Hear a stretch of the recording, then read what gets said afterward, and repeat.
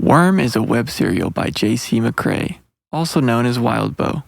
You can read Worm in its original format by visiting parahumans.wordpress.com or donate to Wildbow's Patreon at patreon.com/wildbow. This story isn't intended for young or sensitive readers.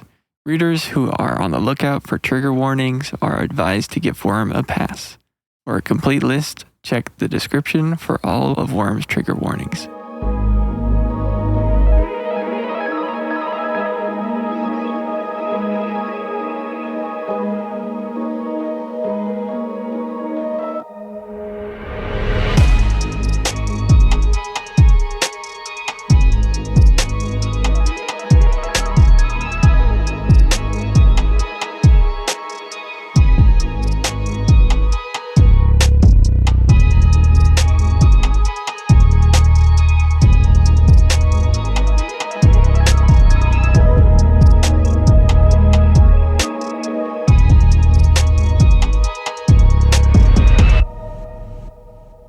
Good morning, Brockton Bay. Belt up those crevices, because Skitter's coming in. Wait, what? The crevices? Belt up your crevices. Belt them up? Oh, belt up. Okay, okay. That works. So that makes sense. Your sensitive areas. I heard Balto, and then I got very confused. yeah, We got there that makes eventually. sense. It was good. That was good. That's on me, honestly. Yeah. I just didn't get it, but it was a good one. It was a good one. Let's reassure Alan more that his intro was good, please. Alan, you have such great intros. Good job. I don't need this right now. What we do need is Arc 15 of Worm. We Ayo. are halfway through the arcs by number. I don't think we're quite halfway by word count, but We don't have to we're talk getting about that. no, it's all right. We're getting there. We got a In the fun arc. immortal words of Mr. Incredible, we get there when we get there. Yeah, exactly.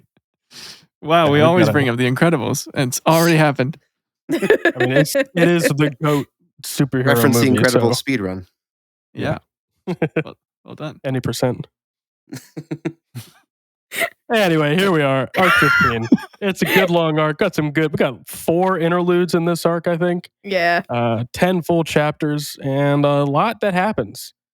I don't want to waste any time. I don't know if you guys want to waste some time, but we could just Nah. dive right into this. We will anyways. Yeah, we're going to waste time, obviously. But if until we aren't until we wasting get- time, are we even doing a good job here? Yeah, we're not. Exactly. We have to. It's almost like a requirement at this point. Exactly. Consider a it little an bit of time. interlude to the main podcast. Yeah. We know The you nice guys thing- love that. At least the nice thing about this whole arc, though, is that it does kind of have some nice, clean scenes. Not everything blends together for the first time in a Mhm. few arcs. So we can kind of split this up. Hannah, if you want to break down the first couple chapters for us, perhaps? Heck yeah. The interludes do a pretty good job at breaking up different sections pretty nicely. So we have chapter 1 of Arc 15, Colony. We get some information about Bitch's people, her henchmen. Taylor gives the Undersiders their spider silk costumes, which is very exciting. We find out she's kind of been doing that in the background. And they have a little bit of meeting to decide if they're going to turn on Coil to save Dinah. And I'm going to stop there. Oh, also, I would like to say really quick, oftentimes I get and then rewrite a lot of these summaries from a post by Steamrick on Space Battles of all of these, a lovely collection of summaries here. Very And useful. most times I kind of use them as reference and then rewrite them myself. This is my summaries today are straight pulled from that post. So thank you so much, Steamrick. I appreciate all the hard work that you put into that post. A life-saving post. For It's sure. been referenced many times. God, were there Very, very helpful. 80,000 words this Oh arc? my God, were there really? In That's this like a arc. whole. That's like a whole small romance book. Yeah, that's a That's good crazy. 8-hour read right there. Damn. If you're doing some voice acting. It's Yeah, a lot. That took a while. Yeah, this arc It does feel like the second time reading it, the story, now that I know it a little bit better, although, as I've said before, there's a lot I've forgotten. It is, it is interesting to kind of see the rise and fall of the different story beats, and now we kind of have a new, uh, long story arc being introduced, the fight against Coil, and this is, it's much more relaxed at the beginning of the arc, but that's kind of Mm, nice coming off of the Slaughterhouse 9 arc, yeah. especially with the climax there with the mist and the pathogen and everything being so chaotic at the end. It's kind of a nice, calm start in a weird way, even though it is, of course, still very tense in its own way, just in a quieter way. Yeah.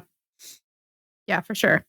It feels nice to be getting back to some semblance of normal after all of the chaos.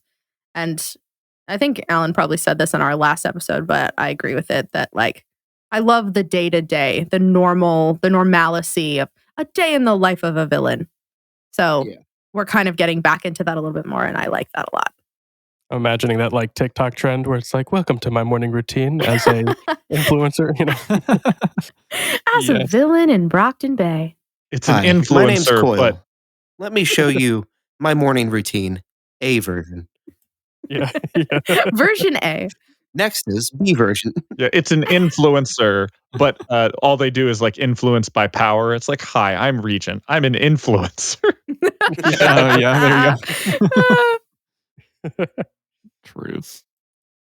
No, this was Gosh. fun. You got to see because we hadn't seen any of Bitch's henchmen's powers, right? No, Bitch not has really. hench people.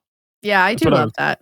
Yeah. I was trying to remember if we had seen them fight, and I just forgot, but I don't think we did. No, because No. bitch has fucked off for a long time, and this is the Yeah. first time we see. I feel like we see her hench people. Period. I feel like we've had mention of them maybe before, but it's been very vaguely and never in relation to their power specifically. Well, because like Um, Yeah, Did we they were ever- introduced the first time that Coil proposed. Not the first time he proposed the plan, but the first time he was basically outlining where everybody would be. He mm, pointed to Barker and Biter, I think, and said, "They'll be with you, bitch. They can handle it. Whatever you Yeah. throw at them." I think that's the only time we've seen them, though. Otherwise, yeah, I like how they were Were asking I Taylor. thought they were just mentioned. Am I wrong? I mean, maybe, no, I maybe they remember were. the description of Biter in particular with the giant jaw. Yeah, that's true. You're right. You're right. But again, very brief though. Yeah, not Yeah. too much.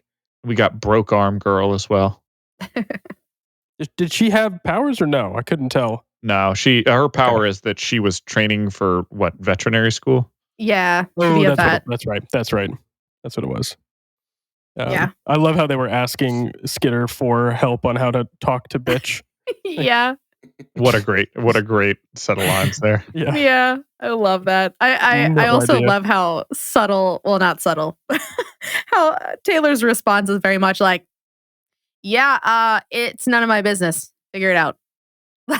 Yeah. Like no help Yeah. whatsoever. Thanks, yeah, Skinner. yeah. God, like give them something. She gave them Yeah. absolutely nothing. Yeah. She did give them something.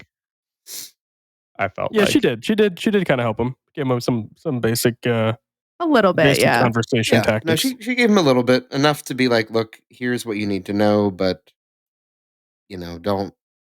don't tell her that I told you this." Is the other thing too. Yeah. It's Yeah. kind of the Yeah. feeling of like, Yeah. yeah. Also, Biter clearly gets it. Like, Oh yeah. like he was just like, shut up. It's a job. Like, just do what she tells you. Not that hard. Yeah. I did love how in this scene, as kind of mundane as it felt and sort of slice of life that we're talking about, you also get the sense that Skitter has really fully embraced her villain persona and how quickly Yeah. she takes down Barker. Was it Barker? I think. Yeah. One of them. Yeah. Oh, that And was cool. It's just like you get this feeling that post Slaughterhouse 9, post Leviathan, post Lung, post everything that she's been through, and here's this little just Punk jerk face. ass Yeah. bitch. Like, Oh. who the hell is he? It's my cousin Vinny is who I imagine. It's just like that. It's my cousin what Vinny way? combined with either Skull or Bones from Power Rangers or whatever their name was. Oh, I was so You know, lost. You're like Vulcan referencing Skull. these people. I was Vulcan like, I Skull. have no Yeah, idea yeah. who we're talking It's about. the vibe of them, but put onto the actor from My Cousin Vinny. I don't think I'm I kind of get what you mean. familiar with that. Yeah. With the full hard like Brooklyn accent, you mean? And just all of that. Exactly. Yeah. Okay. I got you. You want to Just see saying, some of my like, powers, little girl? Yeah. Yes. These youths running around here. I can see that. like it. Yeah. Yeah, no, that makes sense. That's good. And then we see all of the Undersiders together for the first time in a while. Yeah. Yeah. Little family meeting. I know. In a Also, minute. before that, I just love Taylor going like, "Oh, pardon me, I've got to step into my evil lair. Just join me in the evil parlor, bitch, and I'll show you the new suits, which means it's upgrade time." Hey. Oh It yes. is. We love a good Also, upgrade. I've now changed Taylor, Taylor to Taylor, Tailor from now on. Oh, yes. She should have gone with that as her superhero name if she'd just like gone full Tinker, you know. Yeah. That And it's would've like been no cool. one would expect Taylor to be the villain Taylor. Like that's why all my passwords are password. Like they'll never guess. They'll never see it coming. They'll never know. Exactly. Well, I do like that moment, and I do want to highlight how Taylor is really making an effort to reconnect with Bitch and to be her friend again. Yeah. Because she's like, hey, let me show you yours first. And so that way you don't feel any pressure to accept it. Or to like it even. And I do love how Bitch is like, I didn't ask you to do this. And Taylor's like, yeah, it's fine. It's a gift. And Bitch is just the whole like, well, what do I owe you? And Taylor's like, nothing. Sure. So what do I owe you? And it's Yeah. just that back and forth of like, no, really, please, this is a gift. Poor Yeah. girl's never been given anything for free in her life. Yeah. Yeah, we get a little bit of backstory with her there. She says, the only people that ever gave me gifts are Coyle and my foster dad. My foster And- dads. Oh, that Period, made me plural. it made me sick to my stomach. It's just Ugh. god awful. We already know that her background is pretty bad and all the foster homes weren't great, but like hearing that just makes me And she makes me didn't extra say sick. it, but she also got a gift from Siberian as well. So Yes. just like Mm-hmm. But Just- like that clearly wasn't a gift though. Like Exactly. it came with Ah. ties. I don't know. I felt like it was more like I feel like that didn't come with ties. That was just like hey, you're kind of like me. Here's a gift. Well, you don't think And- that had strings attached with being a voluntold member of the Slaughterhouse Nine? No, I actually don't think so. Like when we talk about strings attached, like I give you this and you do this for me, like as a very, what is it, quid pro quo. Like this is more like, let me show you what we're like, and like this is a gift to represent like that you and I are kind of alike. Like obviously there's ulterior motives and like trying to influence her, but this isn't like a you now owe me, which is what the gifts are usually like implying. I Yeah. took that a lot more as that like gifts with strings attached in general. Yeah, it's like it's a gray area regardless. Yeah. Yeah. it's not Yeah. it's not a good association. No, it's Yeah. not. yeah. Yeah, Regardless but at of the how end, it's- like Either way. Siberian didn't get upset with Bitch because Bitch then turned around and fought her and been like, "Damn, I gave you a wolf." Like, and you're going to go attack me? Like, that would be like, oh, there were strings attached and you messed it up. Like, nobody was upset over Yeah. that fact. Yeah. And she keeps obviously she keeps she keeps the wolf. the wolfie. He does. Like, yeah. I see that as, yeah. I can understand where you're coming I from. see what you're saying. Mm-hmm. Yeah. Mhm. Any other thoughts on this chapter? Why are they bitching at Alex so much? Yeah. Leave Alec alone. I love Alec. I love how So like great. she just goes with the flow, regardless of what they're doing. Alec is just like, I mean, sure, I guess, whatever. I don't care. You're like, whoa, dude, the world's ending. Yeah. Like, Bless. and they're like, "Ugh, but we've got to do this. He's like, I am not disagreeing. How do you not understand? I'm just saying this is why I'm doing it. Like, Yeah. I'm trying to communicate with you people, and apparently that upsets some of you. Like, I mean, I- communication is hard for this whole group in different ways. So Yeah, Yeah, they're yeah. not good at communication. Poor things. I do have I have a power question because maybe I'm sure that I just read past it as I have done many sections of the story, but because Shadowbird's there too, right? Because she's just Uh-huh. basically following Yeah. Alec Yeah, around the she's whole time. basically Regent's shadow. What happens when Regent goes to sleep? Has that been covered? I was thinking about that too. They They put have a her in a holding cell. pen, Yeah, they have a holding cell for her. Okay. like pen 4 or something like that. Yeah, they mentioned it. Isn't it at Coil? Is it not at Coil's base? it's in Or they Coil's have base, yeah. yeah. It is? Okay. Okay, that makes It's sense. part of the I arrangement that he assumed. has with Coil. Yeah, I think so. Gotcha. Because at one point they put her in the cell later on in the chapter where Regent takes over what's his face? Victor. The vampire. Yeah. Okay. That makes sense. That does. I was getting huge like silver chair vibes with that thought. Where like just for a few hours, the hours in which he probably wants to sleep the most, Shadowbird's mind is free. Like just Oh. the trauma with her, and like I mean, Yeah. evil character, but still, it's just like, oh Right. my god. He's probably got a soundproof, like one of those at his place, though, right? Oh, 'Cause, he like, has to. There's no 'cause way he he's can't traveling to be- Coils every time. He would not do Yeah. that because he's Yeah, Alec, no. and that's just too much for him. This like no way. I just imagine that she just, you know how they talk about how she just kind of grabs him under the armpits and floats away in a very undignified way. I just imagine him doing that every night to deliver Shatterbird back to Coil. And then he has to walk back like Yeah, a it's walk just a of walk. shame. I was gonna say it's a That's funny. Well, at least Yeah. he's got Imp now, right? That's that true, doesn't man. make him walk faster. They are bonding. Good golly. I mean, I like it. I think that Imp deserves to have a bit of a fun friend here, but you know, not all these stick in the muds, for real. being super serious. And it's like the fact that Alec Like is they got trauma or probably something. the Damn. Sorry, Like- Jacob.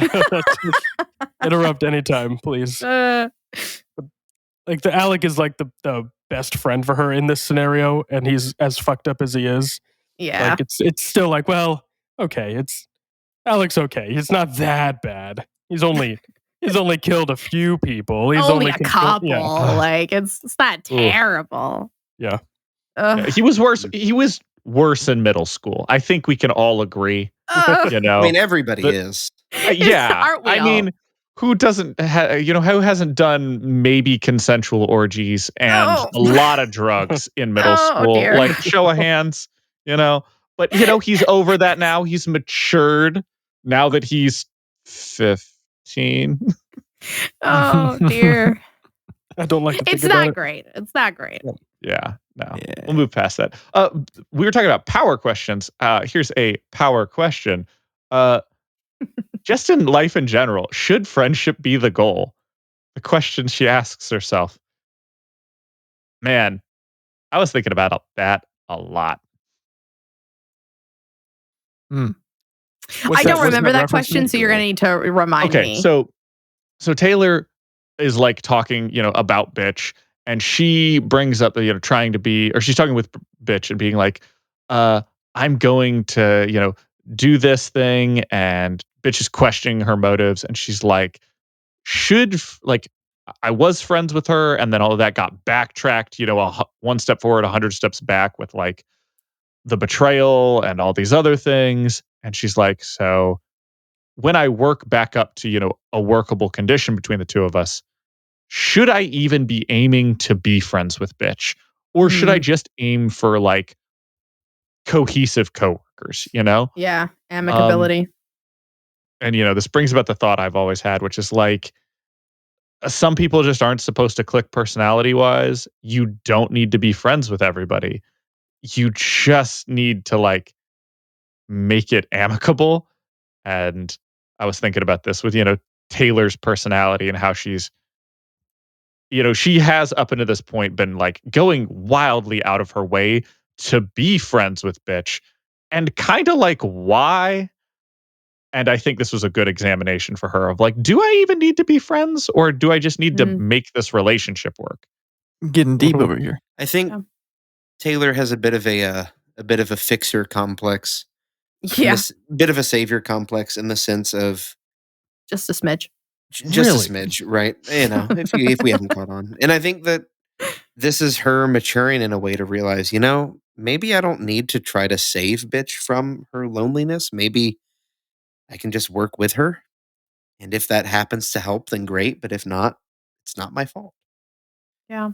Bit of a maturing moment, perhaps, for her. Yeah. I just wish that maybe she would make that connection with like other areas of her life, not just Bitch. Because that savior complex comes in hard for Taylor. Yeah, and I'd like to think that she like looks at the henchmen and them trying to figure out Bitch, and she's like, oh, there are other people that are kind of doing that naturally. They're maybe not good at it, but like they're clearly asking about it, which I feel like is more than a lot of people get. I think they're also asking though out of survival. They're Yeah. like 100%. I didn't say it was a great reason, but they're like, hey, like you clearly are able to talk with her. How do we do that? As opposed to just, sucking it up and trying to like bite her. Like he's just kind of sucking it up and going with it, and it works for him, but he's not. Yeah.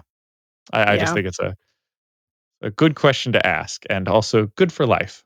Well, yeah, it's kind of like, as a kid in, we're kind of doing this thing now with having our son at the age he is.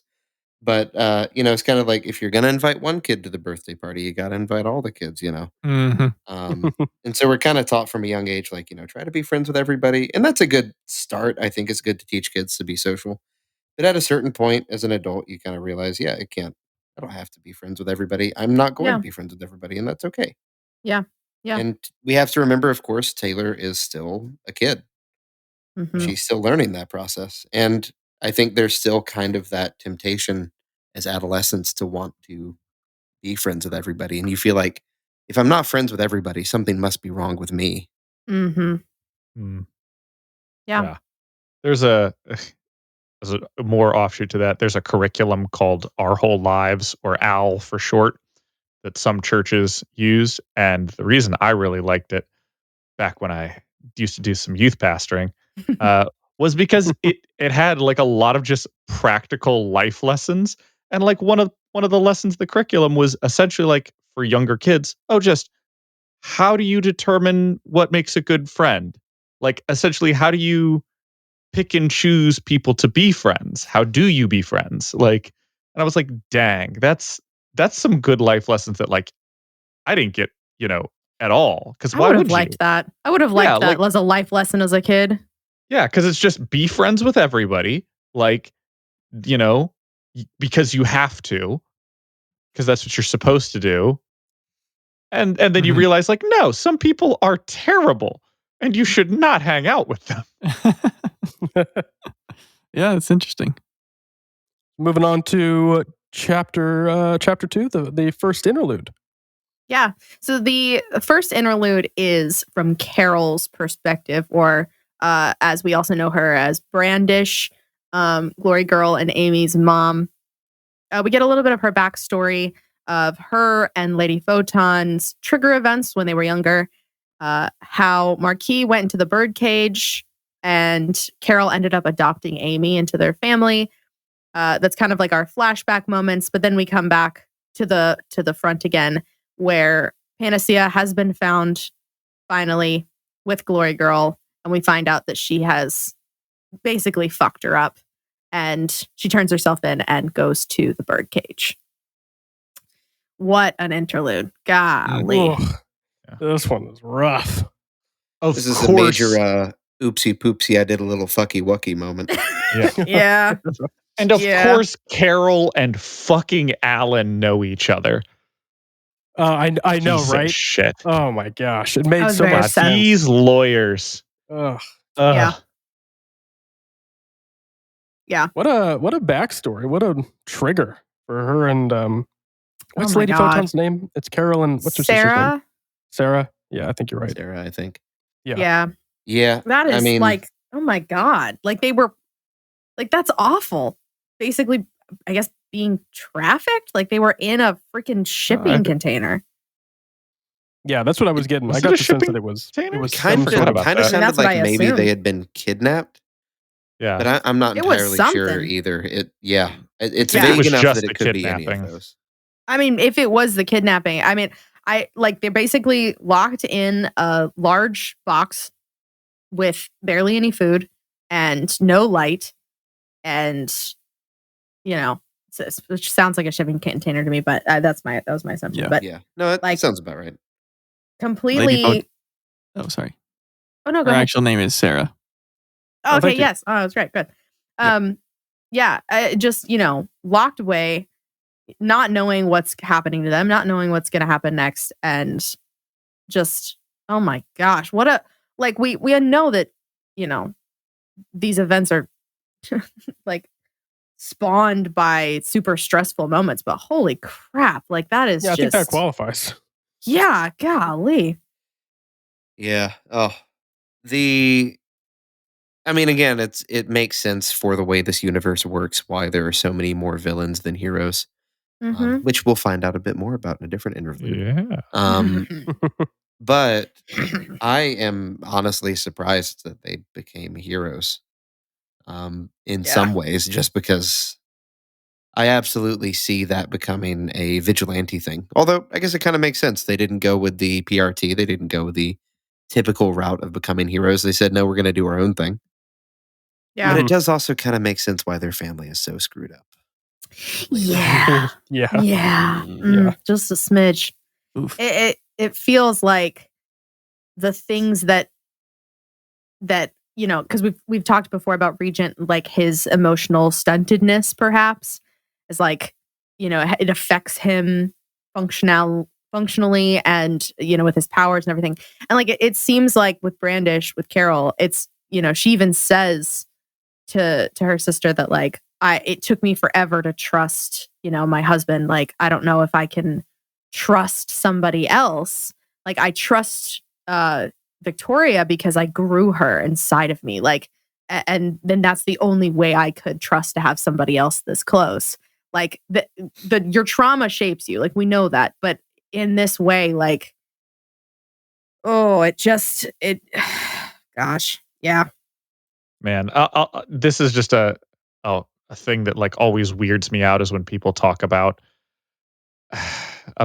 children like that. Like there's a whole for anybody who reads Colleen Hoover in Verity, and I think it's the Yeah. dad talking about the kids while she's pregnant. Like this gave me that same vibes where I was like, I don't like it when you talk about kids like, yeah, No. I trust her because I grew her in my body. I'm like, well, don't say that. that. That It's has some real. creepy. It's creepy, and I don't like it. I don't like it at all. Yeah, no, it's Yeah, it's it's a bit pretty weird. rough. It's a bit weird. Okay, I gotta say too a couple of things. About Sam. about Go Amy. off. I didn't know how old she was when she got adopted, and I didn't Oh, me remember it too. first of all. Yeah. But I genuinely forgot that I thought she was like a baby. Yeah. Yeah. So to have Same. what a 7, Yeah. 8-year-old girl? Well, she wasn't she 7 or that 8. I old? thought she was a I think toddler. I thought 6. she was like 3 or 4. No, she's like 5 or They 6 say Yeah, I 6. think I think she's she's 6. 6. at least. Oh my gosh. To have her Yeah. like sitting in the car with the window cracked, hearing this woman go, "I don't Oh want my this God. kid." Yeah, After, makes it mind so you, much after worse. after just watching those people almost kill Arrest your your dad. dad. Yeah. Like, Good God. golly. I guess it's no Yeah. wonder she's got issues with, Yeah. and I mean, I kind of feel for Carol because, I mean, basically to be told you have to adopt this kid or it's going to ruin her life. Yeah.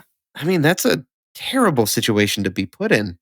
And I kind of blame the Sarah, her sister, and the other heroes Yeah. for basically being like, rather than it being a conversation of how can we best care for this kid, it basically just being like, no, Carol, you have to do this. If you It's so don't, fucked up. you're gonna fuck her up. Yeah. And that I'm that sorry, there were itself is just such a nobody huge else? messed up. Yeah. Oh, that hurts. Yeah, that was No one that's a rough else. chapter. No one. Is there no adult in the room? Like, honestly, just the idea that, like, okay, you, a superhero who's married to a superhero, are the best option for you is going to be for this poor little girl is to take her in and cause more turmoil, more distress in her life. Like, it doesn't, like, can we get a social worker in here to be like, yeah, you guys, this is not a healthy space. And this kid needs to be in a space that is healthy for her to grow up in and to feel safe in. And clearly, this is not a good position for her to be in. To be raised by the heroes that put her father in the birdcage. Like, who okayed that? It just feels so stupid. I think it's I do kind of interesting get that their this. point. Oh, go ahead, Jake. I was just going to say, I think it's kind of interesting that this arc or this chapter comes in this arc where we already have talked a little bit about, and we'll talk more about in this arc, Taylor's sort of superiority complex and this feeling that, she wants to be in control of things. When that's the exact same thing is happening here. Like it's Carol and Sarah and New Wave being like, we're New Wave. We can do things better than the government. And obviously we're the only people that can handle this. So it's got to be one of us that takes care of the kid because like we're the responsible so ones here. arrogant. Yeah, it's all exactly. It's like it's arrogant. It is selfish. It's awful. I hated that whole scene so much. Yeah, I think I have it written like they're not bad guys, but fuck, I hate their family so much. Yeah, really. Yeah. Not good people. On the other hand, I have apparently a penchant for liking bad guys with cool powers, but man, I'm with you. Marquis' I'm with power. you here. I'm with you here, Oh. Nick. It Oh. hits different. I forget how Literally, it's bones. I'm like, man, why was he so powerful? Like he can do bone things. Like, okay, He's a so he can bone like bender. he's a bone bender. Like, okay, so he can shoot, he can shoot Wolverine claws out. I forgot he just cool. turns into a sea urchin at one point. So cool. Like out of every pore. And then Oh, his man. bone shards like can turn into like grow more like like a little bit, like they turn into little caltrops basically, and they're like popping off and breaking and exploding everywhere. Just the Yeah. coolest shit. It's like, So- damn. So for me, I don't know if John McCrae is a fan of Naruto. However, there is a character, I believe, in a filler arc of the anime who has a very not a similar filler power. arc. And it's one of it is of a filler arc. I think it is. I'm not entirely sure. I don't remember. But it's one of the coolest. I remember it being one of the coolest fights in Naruto. And it's the same power basically. The character's name is Kimimaro. And his whole thing is bone manipulation. And it's so cool. And I like that's just all I can imagine when I see this scene. And I think that might be part of why I really like Marquis' power.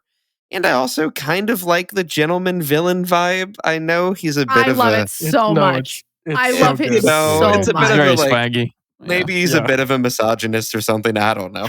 But like he's got the gentleman villain vibe down. And I Yes. love that for him. Yeah. I'm getting like reading that scene, and this is maybe because I just watched Django again, but it's very like Leo DiCaprio Yeah. and Django. Oh my gosh. He's got the robe on, smoking a long cigar.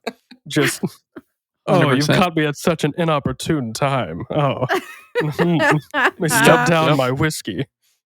Just yeah. 100%. I also Yeah. loved that you get the Pretty sense. I think Carol even comments on it.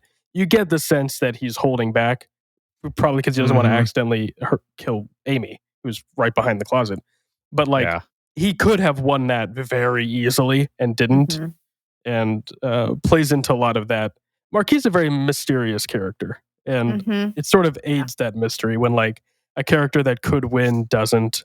It's like, ooh, what's he value more than winning right now? He's okay with getting captured. Ooh, Not mystery. what, but who? But who's? Yeah. He's a really good character. I like him as well. I love basically how all the heroes are like, this guy breeded with someone? Oh my gosh. This guy fucks. Oh, I mean, he obviously.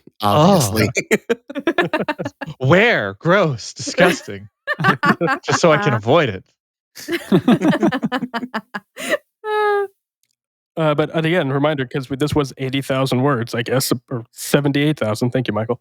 78,000 words. Did they mention who Amy's mom is? No. He says that her mom, he didn't even know that she existed until her mom passed away from the big C, which is cancer. And we don't really know. I mean, she's not named. I was gonna say, was she just a fan of his? I think it was a fan, is what he calls her. Is she named later? I don't think Jacob, so. by the way, no you said that, I was like, wait. Oh no, that wasn't me like trying to hide a spoiler. I have no memory. I did not know if that was the thing or not. Nope. Just to let all of our listeners know, we have no clue what the fuck is happening. I was trying to remember if I just forgot it and it was mentioned in this chapter or something. But okay, nope, we're good. Anyway, fun interlude. Any other thoughts? We need to talk about. Hang on. We gotta get to the end bits. The scary bits. I forgot that was the end of the interlude. You're so right. Yeah. Okay. I need you all to give me what you think Glory Girl looks like, because what I have, the image I have in my head is not what I think is accurate, and like the assumption that I've always had in my head of Glory Girl is so confused now that I don't think I accurately have an image of it in my head. Nick, you were close there. I wasn't thinking of that scene. I was thinking of their mother is what I was thinking of. Yeah, basically. Just essentially something that once was human but is no longer.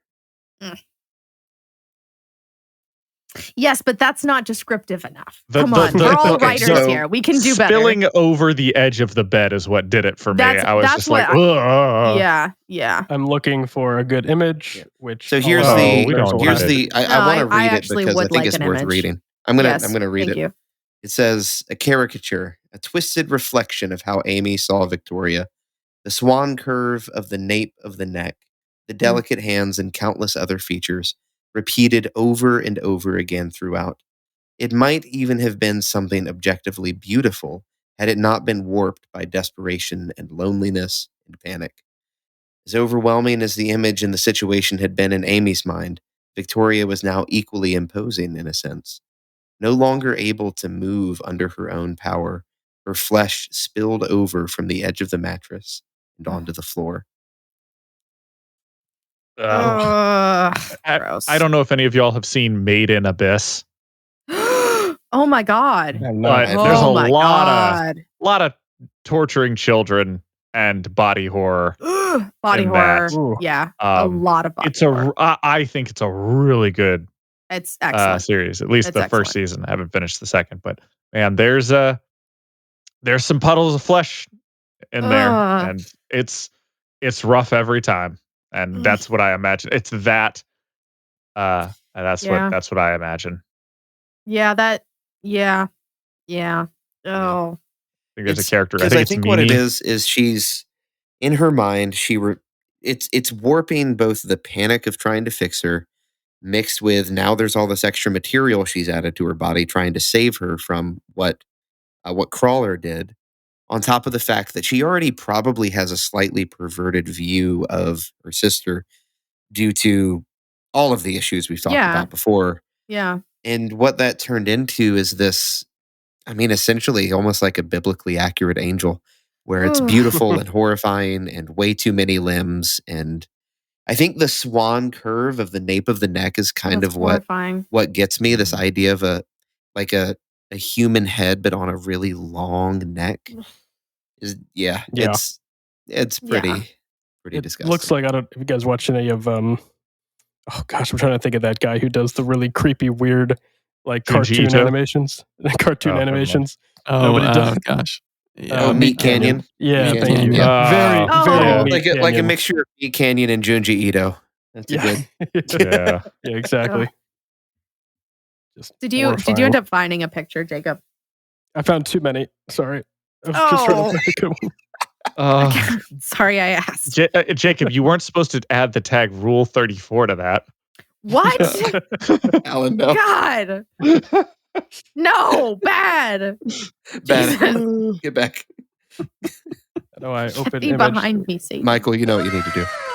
Bookmark. No. We interrupt our scheduled program to bring you a word from our sponsor, Zencastr, a one-stop shop for all your podcasting needs. When we first started this podcast, we knew we needed a service that would let us record remotely. After doing some research, Zencastr was the obvious choice. We started using Zencastr and never looked back. It's super easy to record a podcast with Zencastr. All you do is log in, invite people to join your room, and start recording a high-quality podcast right away. You can record studio quality sound and up to 4K video with your guests.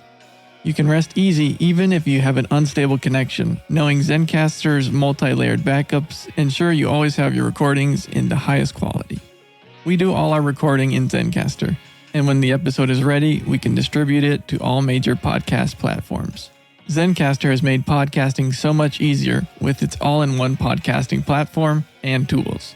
Go to zencastr.com/pricing and use my code Brocktonbaybc, and you'll get 30% off your first month of any Zencastr paid plan. I want you to have the same easy experiences I do for all my podcasting and content needs. It's time to share your story. That's zencastr.com/pricing and use our code Brocktonbaybc. And now back to our scheduled programming. Anyways, But yeah, references aside, it's horrifying. Horrifying. Is what you should know. Yeah, it is horrifying. It's It's like, and the idea that, the image of her in her head has, literally what you just read, Nick. It's, it's awful. On to actually, before we say on to happy chapters, I will say I did love the image of Dragon watching Amy go into the welcoming arms of her father in the birdcage. It's just eerily. It feels poetic, but for the wrong reasons. It's just like, it's so good. Yeah. Also, you can ask for the birdcage. That's something you can do. I guess so. You're just like, man, I think I'm harmful to society. Put me in the birdcage. Like, what? I mean, it's a life sentence. It was one of those. Yeah. I think it's like volunteering as tribute in the Hunger Games. Like, nobody expects you to do it, but like, you can. Like, oh, okay. I mean, okay, I guess. Yeah. Sure. Because I'm thinking, like, I couldn't be like, hey, I just want to go to jail. Like, you can't just do that. I think that you've done what she has done. And you said, I think I should go to jail. I don't think they would stop you. Yeah, like if you went up to a precinct and said, "Hey, I just killed a guy. Here's where the body's buried. Here's his thumb that I stole. I think I need to get locked up." Like, they'll probably lock you up. Like, it's I mean, people have turned themselves in. Yeah. It's interesting. Weird, but it happens.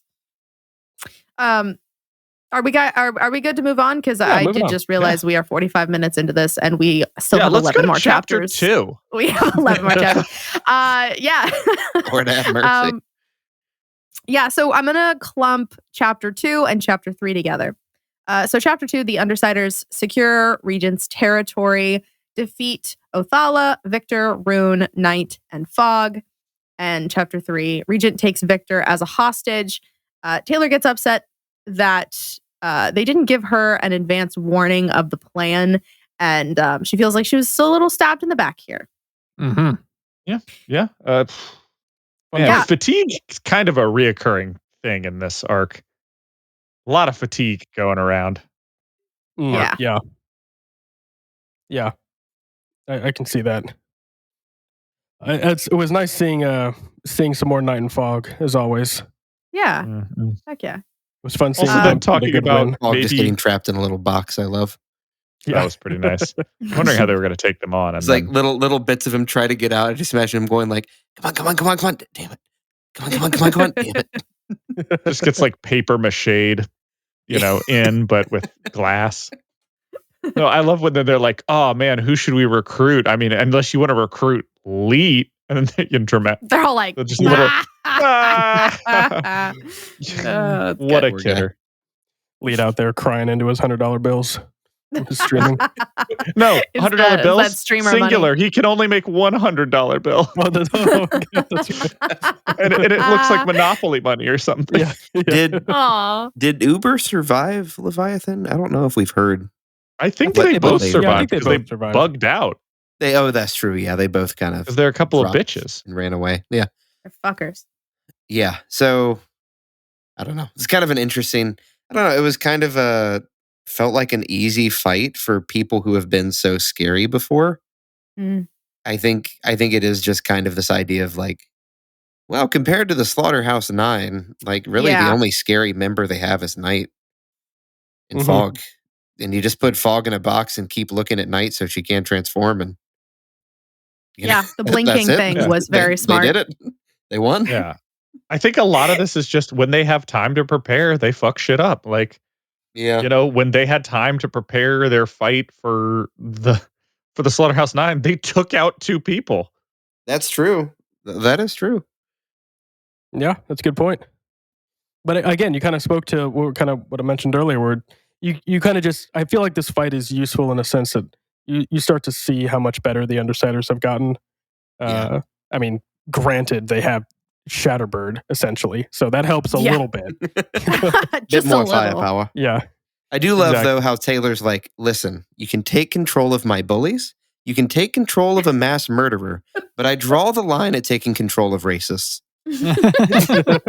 I can excuse insert everything else. Yeah, I wrote in my notes, Taylor gets called out, and it's about damn time. yeah, for real though. I do love that. Again, it goes back to Taylor as a protagonist. I can understand why some people might not like her because you start to see pretty quickly she does have a superiority complex. Yeah, And this is where it comes out, Oh, I yeah. think, especially Mhm.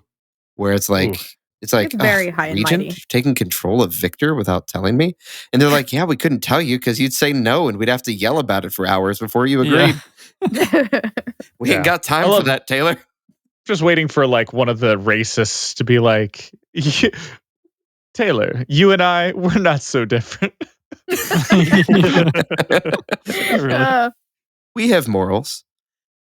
We believe in the superior race. Ugh. We just differ on what they are. Yeah. Was in the beginning of one of these arcs where she's like, Yeah. yeah, powers make you feel like you're a better person because we kind of are. Because you are. Oh God. We'll You're get like, to that in a second. oh, no. 'cause Fuck you, Taylor. No, Yeah. but it's Also, great too. I'll just say it 'cause- again. Yeah, Do we get it? I still do not buy how hung up Taylor is on Dinah.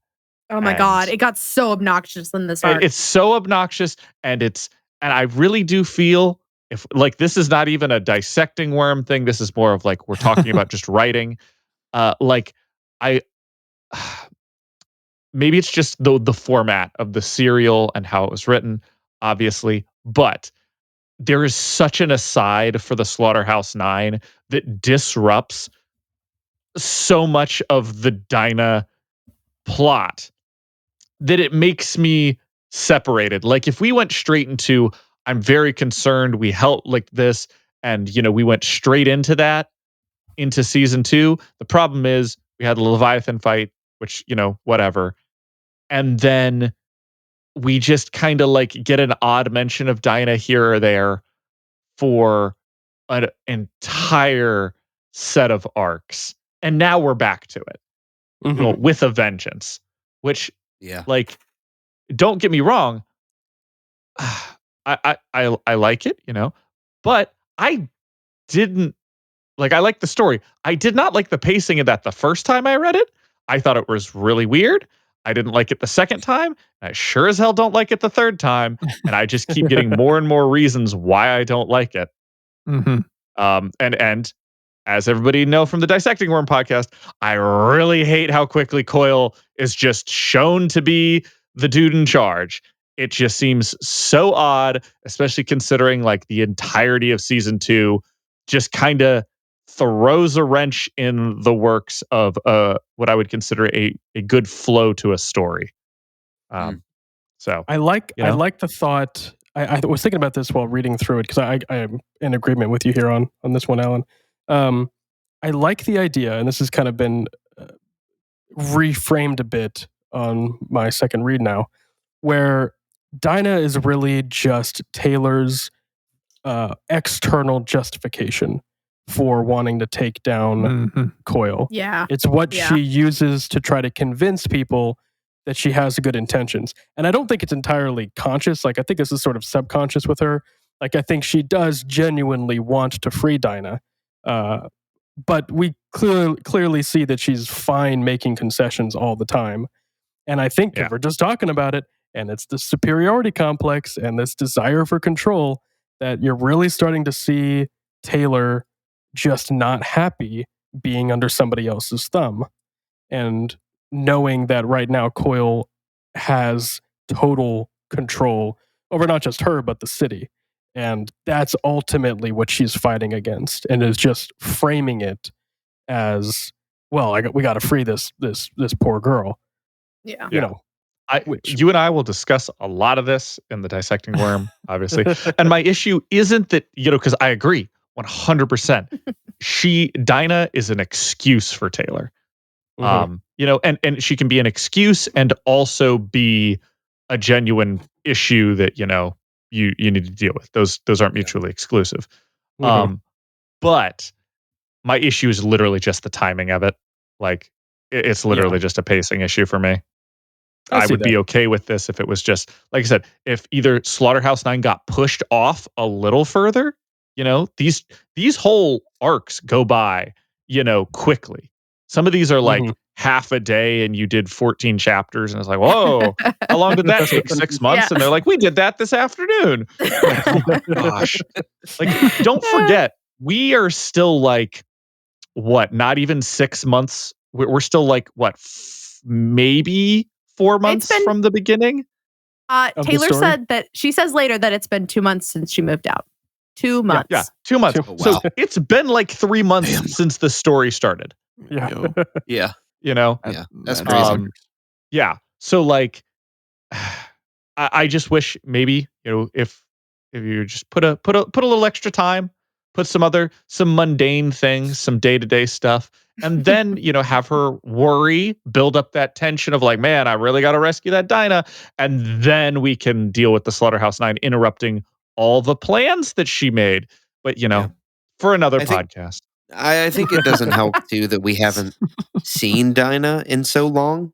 Yeah. Like, I think if we had been presented with her again in a visible way, like maybe Coyle really needed her help visibly, and other people saw that, maybe that would help too, because it would be the reminder of not just this is Taylor's, moral issue that she has a focus on, but that, okay, it is pretty obvious that Coyle is abusing this person horribly, and that does need to change. It would make it a bit more relatable, maybe, if we saw it again. Because right now it is kind of easy to forget about her. Yeah, out of sight, out of mind. Yeah, exactly. It's just sort of this vague moral thing that Taylor is stuck on. But oh no, the morality. That said, I know. Taylor's sense of morality is such an interesting thing to me, and how it continues to evolve and change. And I think that'll come up later when we talk. We hear the conversation with Flechette and Perrion, because I think that on the other hand, she makes some good points about morality later. But this is kind of a silly point to be like, I'm so surprised you didn't tell me about Victor, and they're like, of course we didn't tell you, Taylor. Well, the door. You got to understand. And I do appreciate, I don't know if it's in this or in a previous one, But at some point, somebody calls her out and says, "You always have to, like, we always do what you want, and you're always manipulating us." I think it was in the It's- previous one, It's maybe. Alec. Yeah. It was Yeah. Alec, When- who when- was talking about it. Yeah. What is it? Aisha and Alex show up and then just like nail her to the wall again. Yeah. The 1-2 combo of just being right. Yeah, Mhm. yeah. Yeah. I do Which gotta I say, think though, she deserves.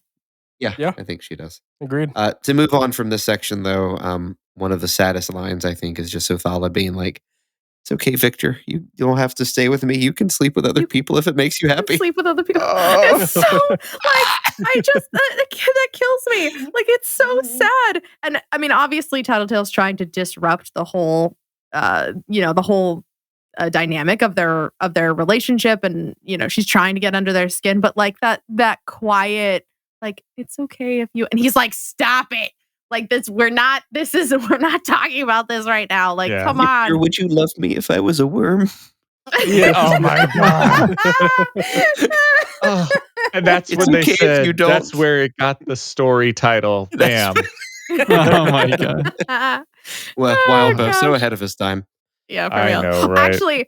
Actually, I did put in a note here. At one point, Victor is called a talent vampire, and then someone else says that Fog, surrounded by the glass is like a death blender, and I wrote, "Wow, LOL, Wildbow is on a roll." these like titles like talent vampire, death blender. Like heck yeah, let's go. Yeah, those are crazy.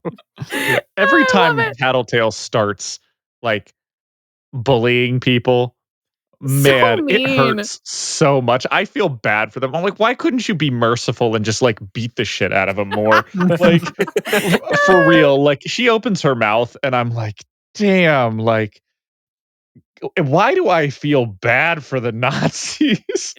No, I love it. It's that charisma. It's that charisma D&D class coming in. Just like, hey, yeah. I'm going to just talk my way through everything. That's Yeah, is yeah. They literally do how that I and then play they're D&D. like, yeah, we've already talked about this. We've hashed this out. This is stuff that we've, and I'm like, oh, Yeah. I'm here for it. I I'm do here for love it. They've that. already talked this out. And they're like, yeah, but are you ready for this? And Victor's like, yeah, we have this little thing we do called communication. And we talk to each other about hard issues. Have you ever thought about that? And I'm like, I yeah, love that Taylor. so much. You ever thought about that? Which, Yeah, she it's pretty does. I appreciate it. Mm. But Speaking of communication, let's talk about Hot Brian. great. Oh, Should we say Sad Brian?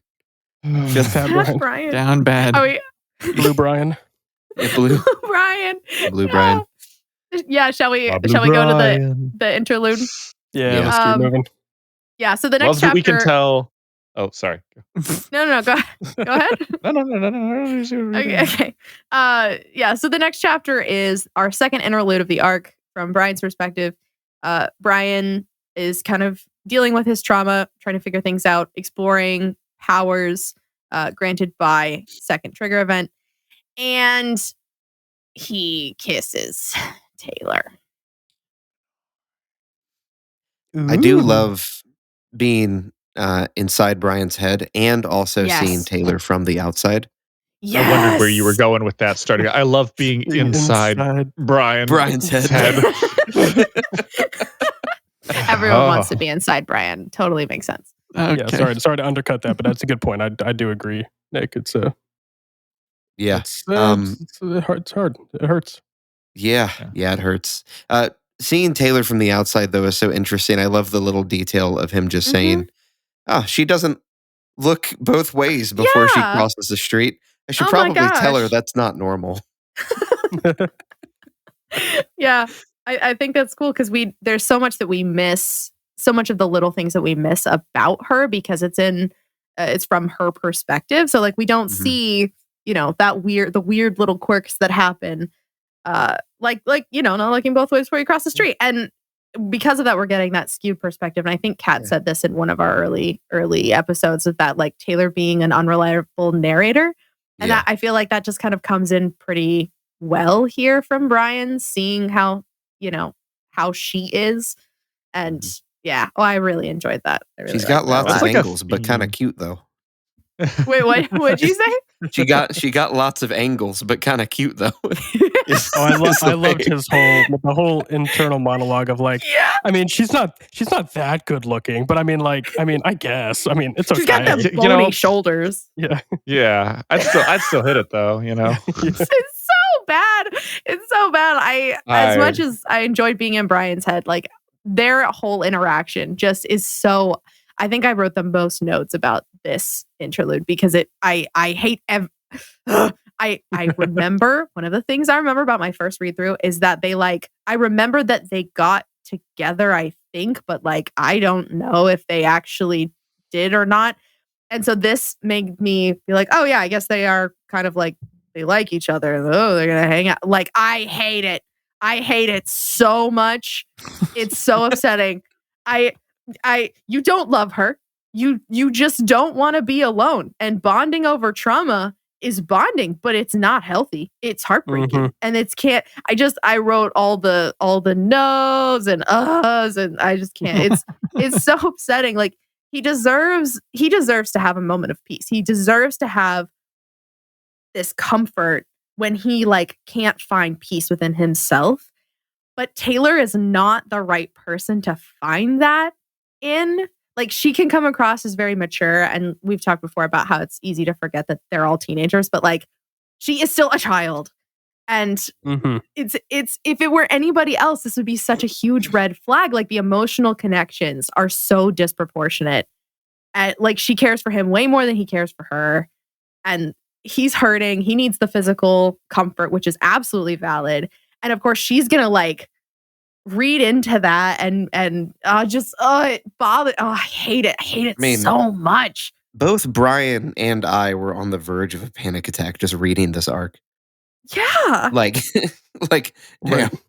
I mean, he definitely needs some help.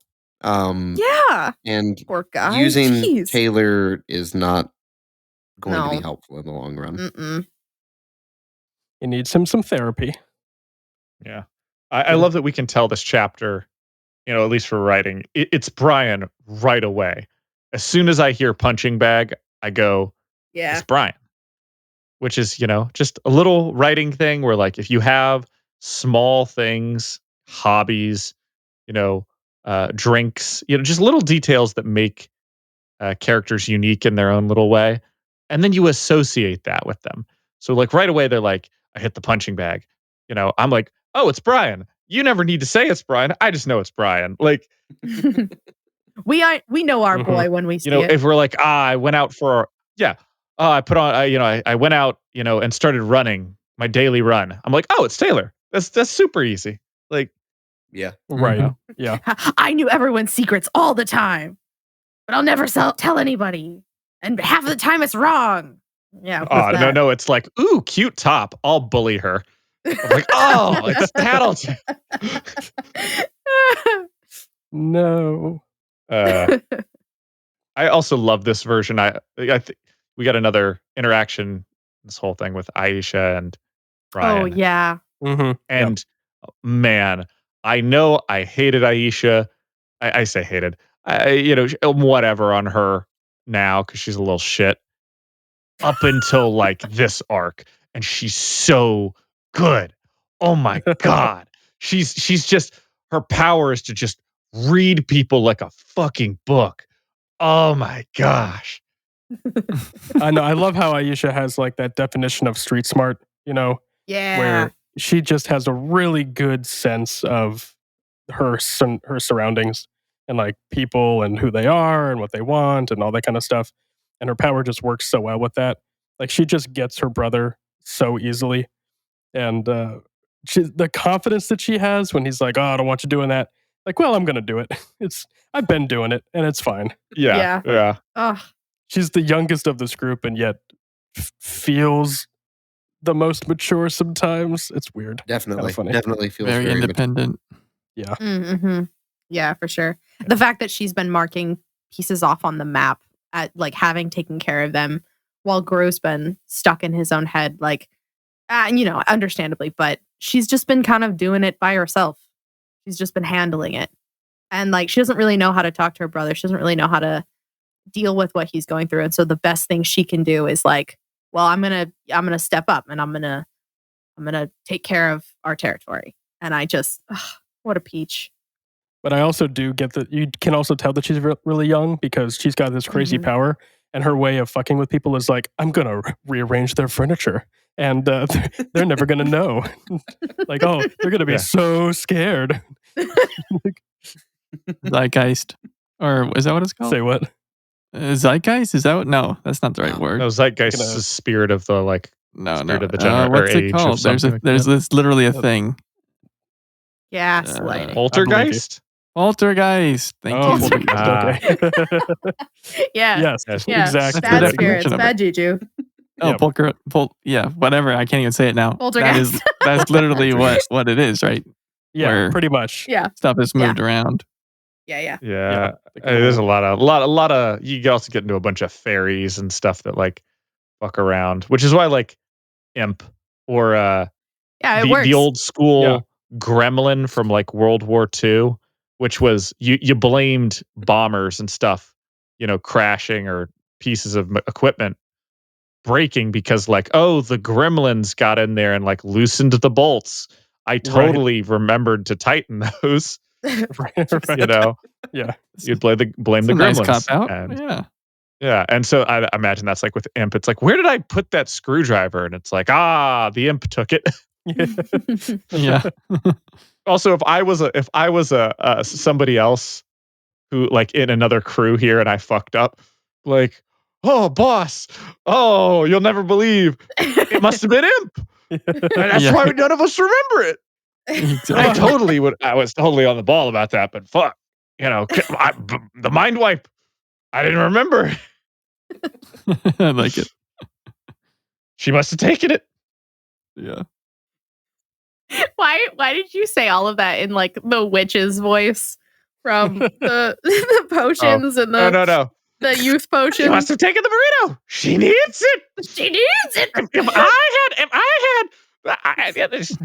If a super cape came up to me and said, "Can I have all of your blood?" You know what I'd do? I'd give it to her. She needs it. She needs it.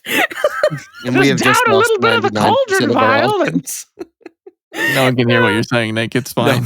No, it's all right. What did you say, Nick? I was just saying we've lost 99% of our audience there. So those who know. The rest of you, look up Tinder witches. It is it's so nice. It's so nice. And you know what? Alan and I Tinder quote it witches, way I too feel like does really well because it covers the variety of worm. It's good, evil. What is morally gray? What will you do to get it? Like, it's got all these complicated issues. Real ethical quandaries. We have so much to cover. Problematic. The rest we get this next couple bits kind of move through. I'm just gonna keep moving if everyone's cool.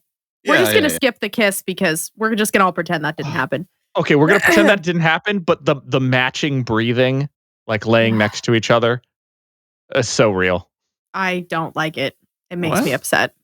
You cannot like it. That's just what, like, I don't know about y'all. For me, that's what I do. I catch myself doing it. I'm laying next to someone. I'm breathing with them. Yeah. Yes. Sure. That is the thing. Yes. It is a thing. It's like the sandworms, It's not a sandworm. You gotta stay off beat, Yeah. Okay. Gotta stay off rhythm. Oh God. Okay. We're gonna move on to chapter 4, and I guess we'll do chapter 4, chapter 5, chapter 6. I think is what we're gonna do. Go for it. So chapter 4, Aisha threatens Taylor to basically like, don't mess with my brother or I'll take you down. Information on all of the travelers and undersiders territories is kind of laid out, and Coyle asks Skitter to make sure that the mayor doesn't have the city condemned.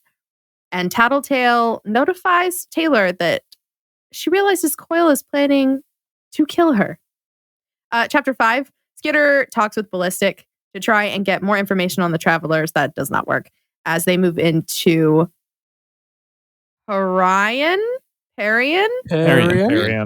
Parian. As they move into Parian's territory, and she sneaks off to try and convince Parian to join the Undersiders. Flechette is there, huzzah, and stabs Skitter. We love it. Chapter 6, Flechette, Parian, and Skitter have a little bit of a conversation, talk, but Flechette is having none of it, and Skitter ends up giving Parian, I'm so sorry, Parian, You're doing money great. to leave the city. And we're going to stop there. Actually, you know what? Fuck it. We're gonna go on. I'm gonna read chapter 7s too. Taylor does get back home and gets her stab wound looked at, and is multitasking when Ryan shows back up and agrees to an informal alliance. That was a lot, I know, but I believe in us. We can do it Together. This is the part where Aisha and Regent nail Taylor to the wall. Mm-hmm. Yeah. And Regent called her out before. Aisha calls her out here, in the Brian chapter. And then here we have both of them. Yeah, this is a good bit of time, or a good few chapters. I can speak, I promise. Also, this is something we were talking about before, things like Taylor believing that she's superior, like just the idea of superiority being a reoccurring theme in this arc as a whole. Also the idea of other people, us seeing Taylor from other perspectives. Mm-hmm. This feels like a very pronounced arc for that in particular, because we're going to see it from, not only has Regent finally called her out, Aisha has done it doubly so. Brian is looking at her and, judging her in ways that we have not seen really. And we'll get further along when we talk about, how the public sees her and how heroes see her and all this other stuff. Well, I just thought that was really interesting. A very new, yeah. That being said, does this chapter in particular feel like a very different thought process for Taylor than normal? I didn't get that vibe, but elaborate. Yeah. Like we know that Taylor has a bit of a savior complex. Yeah. But this is but it's like she doesn't realize it. And this chapter, more than, what comes before or after, feels very blatant, heavy-handed. Taylor is like, I'm better. I can do better than other people. Super people are better. Like, kind of, I don't know. It just stood out to me as being really heavy in her thoughts. Heavy writing for that. Yeah, no, I get that. It felt very on the nose of her being like, yeah, no, I'm definitely better than the average person. Yeah. And I don't know, it's hard to know, because I don't know. I kind of go back and forth on it, because it's hard to know. Does she mean like morally I'm a better person? Like I deserve more out of the world because I'm a better person? Or is she just saying like practically I can do more than a non-powered person? Which is true. I mean, she's had that thought. She has that thought when she's, running to like save people from all the glass. She's like, this is one thing that I excel at. She talks about that when, managing her territory. Like, this is what I'm built for. I'm really good at this. There are some things that like other people just can't do this. But this is a level of like, this is not like confidence. This feels like arrogance. And it just felt very different than any of the other chapters, honestly. Yeah. I think part of it too could be because this is where she's trying to convince Coyle that she's worth keeping around, because he kind of does the little round table like, how are you doing? How are you doing? And everyone's doing okay or kind of struggling. And Skitter's like, in complete control, no threats. Everyone's got food and water. We're up and running. Like she's intentionally being very confident of what she's done. So I wonder if that's sort of spilling over into her internal monologue that we're reading too. Yeah. So maybe it's sort of a psych up, Yeah, that's what it felt like to me, that she's trying to prove herself in this moment. Like, because they're all telling, Coil about their territories, and it's not great. Like a lot of the travelers haven't really done much. And then we get to Taylor, and she's like, yeah, there are no threats. There are no problems. There is nobody sitting around in wait. Like we're good. Yeah. Everybody's like, I scared some people, and I have 2 people that are gonna maybe call me back about helping. And Taylor's like, all right, look, I know y'all are struggling like Texas in the winter with infrastructure, but I'm set over here. Like, I've got 100 employees. almost 200. Yeah, Jesus. We're trying to rebuild this. I'm actually setting up new highways. We're going to be laying fiber down next week. Hot water's running. And I'm hosting the Oscars. So yeah.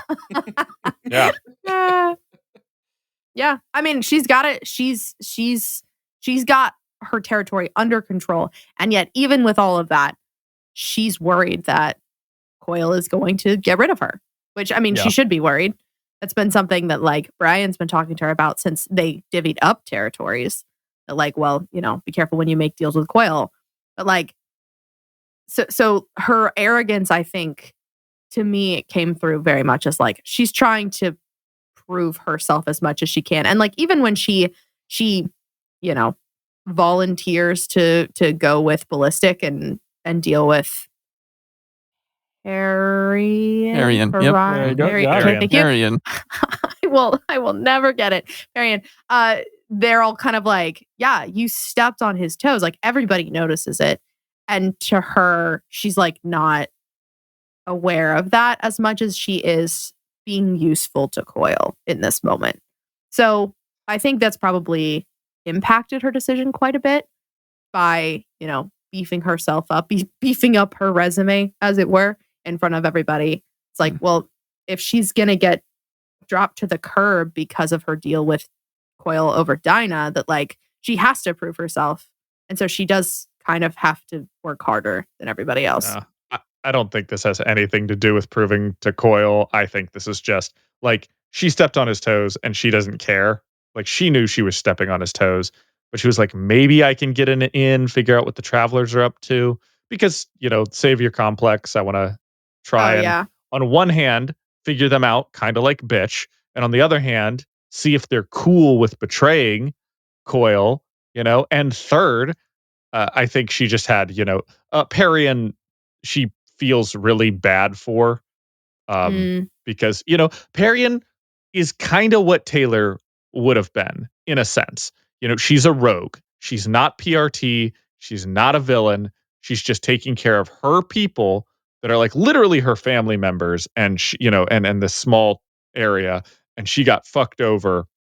And not really the Undersider's fault, but, like, they did kind of push them in there a little bit. The Slaughterhouse 9 into there. So she's, like, really feels bad for her, like, really sympathizes with her. And she's like, I'm not about to let Ballistic just walk out there and plug her. So yeah, she, like, went over there to intentionally step on Ballistic's toes and also maybe talk to him. Yeah, I mean, she definitely had the intention of trying to save/recruit Parian to some degree. Yeah. Because, like, best case scenario, she's like, hey, Ballistic, why don't we talk this over with Parian? And then they walk up and she's like, this is what talking's like. And Ballistic's like, you condescending motherfucker. I mean, she is a condescending motherfucker. Yeah. I kind of get the sense, and I could be wrong, I don't think Ballistic likes Taylor very much. I don't like Taylor very much. Most we've seen or heard Ballistic speak all serial so far. It's like the longest conversation he's ever had, and it's just fuck off. Like, he does tell her to fuck off, like, every other sentence. Yeah. How many ways can I tell you to screw off? Let me count them for you. Count the ways. I like that Taylor even knows. She's like, damn it, I'm not Tattletale. I don't know how to do this. Yeah. Also, like, I don't like Ballistic, but of course he's suspicious. He's just been dealing with Trickster's ass this entire time. Yeah.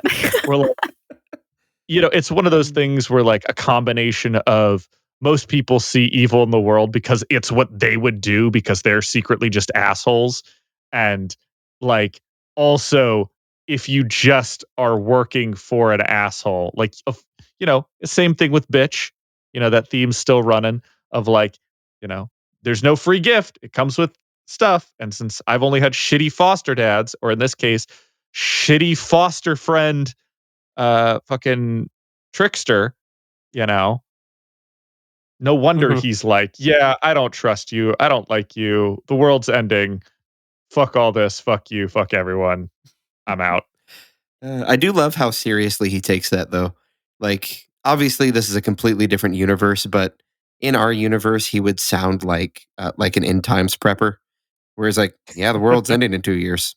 I'm just gonna make as much money as I can, sleep around as much as I can, eat as much as I can. I don't care who gives it to me. It doesn't matter anyway." Like, Okay, boomer. yeah. It ain't gonna be around for long. You might as well enjoy it while you can. Because when the government comes, I've worked too hard to get here where I'm at. I just gotta say, I do love that they're all just fine. Like, I know Dinah has a pretty good track record with her predictions, but like, I mean, it's just a prediction of the future, and they're all just like gospel truth. We got 2 years, people. Like, it's over. Yeah. Yeah. Buckle There's so down. much time between now and then. Like, so much could happen. It just feels like they're Butterfly know. effect, people. yeah, Well, especially throwing in with the Dinah towel too early. because canonically her numbers change all the time. Yeah. As like Coyle is like, what about this? What about that? Oh, well, now it changes. Now it doesn't. Like, so I mean, the world could very easily not end, people. It's okay. Like, things could change. This is kind of funny. Yeah. But we get a good scene with Taylor, Perrion, and Flechette. Yeah. Also, I love Taylor. Like, we're talking about, dealing with bitch, dealing with Perrion, dealing with Flechette, dealing with Ballistic. She, for all the things that I get, all the criticism I get her, and for her reasoning being potentially shady, she takes these extra steps to reach out and try and understand people. And I really respect her for that. yeah, that is true. Yeah. And at least we do see that her hubris gets her in the end when she's like, "I'm just gonna be tough and not let this person stab me." Oh no, God. it's Oh the one my person who can God. stab anything. That was kind of satisfying, I won't lie. It- Like, it she was being was. so cocky. I was like, well, good. It's about time you got stabbed a little. Nah, I didn't like it. I didn't like it. She didn't deserve it. She didn't deserve this whole goddamn conversation. I mean, it's that meme, famous last words. What are you gonna do? Stab me? Yeah. Okay. I think that Alan, while you love this conversation, I think I just Taylor still doesn't get the fact that she's a villain and that everyone sees her as a villain. And I think this was the arc, like specifically later chapters when she's at her dad's house, like she suddenly gets it. Like, oh, people see me as scary, as dangerous, and I am scary and dangerous. Like, she doesn't think she is, and she's like, oh yeah, I'm just gonna come. Oh, hey, Arian, we're gonna. It's fine. It's fine. Just come on over to art. Like, no. Like, why did you think that would work? Like, I don't understand how Taylor doesn't get it. Like, she still sees herself as such a good guy. I'm like and you're she's not. shooting for that too. Like, she spent so much in arc, 10, being like, oh man, like, what do they think of me? Do they think I'm big and bad enough? I got to really put on a show here. Yeah, like, I don't think they think I'm mean enough. And then finally here, she's like, I'm really nice, guys. Trust me. I'm like, did So you not stupid. spend so long trying to build the image? Like, just trying to really nail the image that you're a big bad guy who should be, people should be scared of. And then suddenly you're surprised when they're like, wow, she's a big bad guy that you should be scared of. Okay, new theory. Taylor's bugs, in the same way that we've talked about, Rachel having dog brain, Taylor's bug brain is sort of like ADHD, where if it's not right in front of her, she won't think about it. Yeah, And maybe so she so. doesn't realize that people talk about her when she's not around. She got no object permanence. Basically, Yeah. like she just Can ran relate. off a bunch of people out of her base, purposefully scaring them. And she's like, they're fine. You don't think they're going to go tell people? Yeah. What the heck, woman? And obviously that's not true because she is also a chronic overthinker. But Yeah. no, it is kind of this. On the other hand, though, it is so frustrating because this has come up before with Panacea in the previous chapter arcs where Panacea's like, no, I can't help you. You're a bad guy. And Taylor's like, woman, please, we can work together. No, you're a bad guy, though. And I'm a good Yeah. guy. Oh And my that's gosh. exactly this conversation, too, again, with Yeah. Flechette and Perry. And it's like, Yeah. but you're a bad guy, Skitter. And she's like, please listen. And they're like, no, you're a bad guy. And of course, they assume that she had something to do with what happened with Panacea and Glory Girl. Instead of the Slaughterhouse 9 having something to do with it, they're like, Yeah. probably Skitter. Yeah. To be fair, I think there's a level of misinformation going on within Yes. the PRT. That's what I was gonna say, is yeah. upsetting because we have the notes. We have the receipts. Like Armsmaster wrote down, maybe a little biasly, but like their first meeting, like, I met this spry young lass who was trying to do some heroing, and she helps me with the lung fight, and that was pretty cool. And she was like, hey, how about we work together? And I was like, you're you got some gumption, kid. Like, we'll talk. And then so everybody knows that she wants to be a hero. Like everybody knows that the whole reason she was with those guys and she kept reporting back to Armsmaster was so that, they could do that. We have the notes on that and people have access to that and talk about it. And yet, despite all that and her public, confession that Armsmaster, just outs her, like people are like, nah, she's evil. Like, I would argue though that like if you look at the people who argue against her the most that are so adamant that like, well, you're a bad guy, so I can't work with you, are the two people that are part of the wards are part of that, wards extension of New Wave or whatever. But it's Panacea and freaking what's her name? And Parian is very much like, well, I don't know, we should listen to her because she I don't feel like she's gotten as much of that like trickle down brainwashing a little bit that comes with being part of anything, connected with PRT. Like, yeah, because she's rogue. She's not PRT. But like the idea is like, if it, the people who seem to have the biggest issue with the like, well, you're bad, so therefore I could never work with you, are the people that are like very embedded in the PRT, superhero political world. Yeah. Like also, oh God, this whole conversation when Flechette shows up and is like, excuse me, the lady said no. I'm like, I'm sorry, what sort of fucking white knight at a bar are you? Fuck off. And then the whole conversation is just cute. like, no, like, fuck off, Flechette, the entire time. Like, Taylor's here. She's like, hey, just wanted to offer you some aid. You can come check it out. I know you have concerns. And Flechette's like, you need to step off. She said no.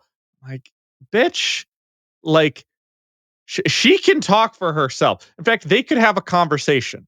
Like, nothing about, yeah. Like, I know the public perception. I know all of that. But, like, she has been clearly open to dialogue constantly. The entire Slaughterhouse 9 is like, hey, PRT, just giving you a wrangle jangle, letting you know we're gonna attack. We would love your help. Sorry, let me get the director on the phone. Go fuck yourself. Okay, cool. then, the Wrangle Jankle. Hey guys, thanks for all the help. We took down 2 of them, and we're gonna do some more. But would love to hear back from y'all. And they're like, gonna leave on red. And they just keep doing that. It's like, I'm sorry, but she has been consistently trying to talk to you, and you have consistently just shut the dialogue down. Like, there's so much frustration here that is completely I justified, couldn't tell. and some that I think I need to isn't, make a because jingle for whenever you in post. I'm gonna make a jingle and put it over your rants so that it's like we know that it's an Alan segment. oh my god. It might be good. Little intro. Yeah, exactly. Yep. There we go. You've now entered the Allen zone. Yep. Yep. Yeah, I mean, it is definitely a frustrating conversation. That said, though, Skitter still does presumably the right by Perry and is like, look, I'm just going to give you money. Do with it as you will. Yeah. And then Taylor does there's this great scene with the medical. Who's the doctor? What is his name? Is it Brooks? Brooks is the doctor. Brooks Yeah. the medic. Yeah. Is it Brooks? I don't know why. I just really like Brooks the medic. So cool. Is he I Russian? very much enjoyed He have a that. Russian accent. He's I gotta read be his lines Eastern for the Russian European. accent. Yeah, he's like an Eastern my European go-to. accent. Yeah, I think He's like, so. don't move. It'll be painful for you. like it's just such a great character, like minor character. And then just Taylor under surgery, multitasking, sending Oh my bugs around gosh. with cameras, Yeah. talking to Perry. I have a head canon at that point in time that if she died on the table, she would just keep doing the the bug clones and try one to would go know back that to her she had body, died. and then like she goes to all right, now time to wake up, and is like, huh, I seem to be a body down. And they're like, oh my god, she's dead. And she's like, guys, walks in as a bug swarm. Guys, did y'all fuck up? the consciousness has just been transferred to the thousands of bugs in the area. Ugh, Oh, God. Yeah. God. That's the kind of immortality that we're looking for. Yeah. here in this world. Also, I'm glad that we got to it later. But Taylor, all you had to say this entire time was hey, come to my territory. That way, ballistic doesn't kill you. Just live there. I don't need you to do shit. I just want your people out of firing range. Come to my territory. If you want to, I don't know, make some clothes for people, that'd be great. Don't call yourself a villain. Just you live here. I'm not going to tell you really what to do, but there's some social community aspects. And she just, you should have pitched that first. You really should have. goes back to Taylor's not as good at the conversations as she thinks she is sometimes. Yeah. Yeah. She's real good with strategy, but not so good with people. Yeah. Exactly. Yeah. But hey, Also, Perry we and get Doe's agree. a quick number man drop. Just got a lot of money. Well, when your accountant's named the number man, the coolest thing an accountant's ever been named. Who has Man, been wow. name dropped before, right? Yes. So- And Yes. will be name dropped but we didn't again. realize he was their accountant. This is too. the first time we've seen a connection between Coil and Cauldron. Well, Mhm. they mentioned a connection before. Oh, did they? Could have missed. Yeah, I believe maybe it was the legend interlude. But this is that's true. hey, They we've did got, mention it in the they were legend we've got interlude. eyes on him and we're No, watching. I think they just straight up said what about Coil? What about our plan with Coil, basically? But Right, it seems that's what almost was. like Yeah. Coil is helping Cauldron, but unawares Yeah. is kind of the vibe original- I got. Well, that's no. kind of how it comes across a little bit in this next interlude. I was going to A say little bit, because I think might there's as well just something go into before it. where they talk about that he is in touch with Cauldron. He maybe is not aware of their plans for him, but they are sort of in working together. Obviously he's using the number man for his accounts, so they're at least financially in bed together. Yeah, well, it could be just one of those things though, where the number man said the number man maybe approached Coil, or Coil approached the Number Man, not knowing that they were connected to Cauldron. But I Something don't know. like that. Yeah, the number Something man like does that. consultation work elsewhere. He's a I wonder freelancer. I was going to say, I wonder what his rate is per hour. Oh my gosh. It's not a rate, it's a percentage. Yeah. He's like, don't worry, I've already done the math. Don't worry about paying me. I'll figure it out. You Should we just won't go even notice into it's that interlude? gone. We're halfway there. Yes, I think we should.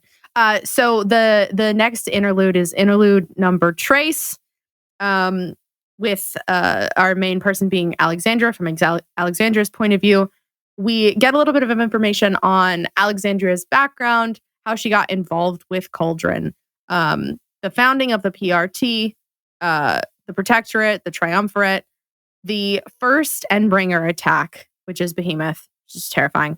How Siberian injured Alexandria, a little bit more backstory into Siberian, and different perspectives on that meeting that we saw before with the interlude with Legend, from the previous arc, but now from a different perspective.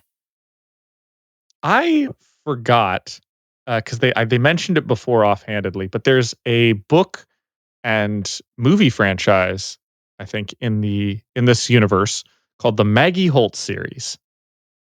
So I mentioned Rebecca, I think, reading it in this one, or that she was like, "I'm gonna die. I'm never gonna read the third Maggie Holt book." Yeah. And I was like, I think we mentioned that with Panacea and Victoria at one point in time. And I was like, oh shoot, this time I remembered, like, Maggie Holt is a character, a rather important character in Wildbow's next work. Oh, really? Uh-huh. Oh, that's funny. Wow. Yeah. Little Easter And egg. it's sort of a, like, she's set in a supernatural universe in this series, as, fictional, but in the other series, she's in a less goofy supernatural universe. But yeah, I just thought I was like, oh, That is we're fun.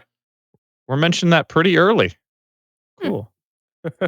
Cool. That's fun. Kind of a cool reference for the super fans, I suppose. Yeah, Yeah. that's great. Interesting. One thing I thought was interesting about this whole chapter was that because in the Legend interlude from the last arc, it's revealed that Legend's potentially the only one in the dark because he needs the lie detector to realize they're all lying to him. Where in this one, Alexandria would have been left in the dark if her power wouldn't have told her. Like, she's just too smart. Where they're like, he's like, well, we got to tell Alexandria's got to know because she's too smart. And Eidolon's going to figure it out because of his powers. So, Yeah. sorry, Eidolon's Legend. powers would just give him the power of knowledge, so we got to Yeah. tell that guy. Yeah, he just turns on lie detector power. Yeah. So, Legend, sorry, buddy, you got screwed there. Just an odd man out. Yeah. But interesting backstory on another one of the triumvirates, Mm-hmm. formerly the quadumvirates. What were they before Hero?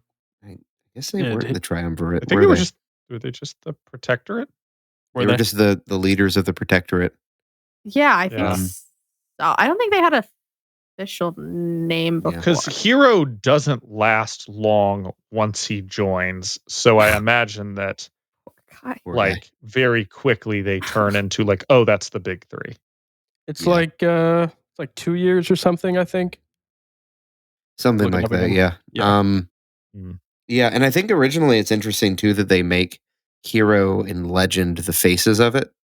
Mm-hmm. That Alexandria purposefully says, I don't want to be the face of it. Eidolon shouldn't be the face of it because nobody would believe the government could control him.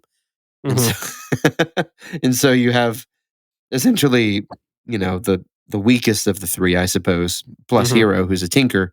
And so it does feel like you're like, oh yeah, he's just the tech guy. Yeah. But yeah, Yeah. then I think that whole plan, though, that she has, finding out that this has all been planned, and the reason why they need it too is so interesting too, right? This idea of, listen, the way that people get powers is horrifying. And there are Yeah. tons of villains because of it. So if we aren't creating heroes, literally manufacturing a market for heroes, we're going to be outnumbered and the world's going to go to chaos. So we have to make heroes and we have to organize them. So I think it's interesting to see this, the plans for the wards and the plans for expanding the protectorate all throughout the United States and all throughout the world, and how she's already got it all kind of mapped out. She's like, this is what we're going to do. I promise it'll work. I've planned it down to it, crossed every I and dotted every T, and it's ready. Yeah. Yeah. Yeah, I do appreciate her recognition of understanding that, like, yeah, we're gonna be outnumbered if we don't do something about it.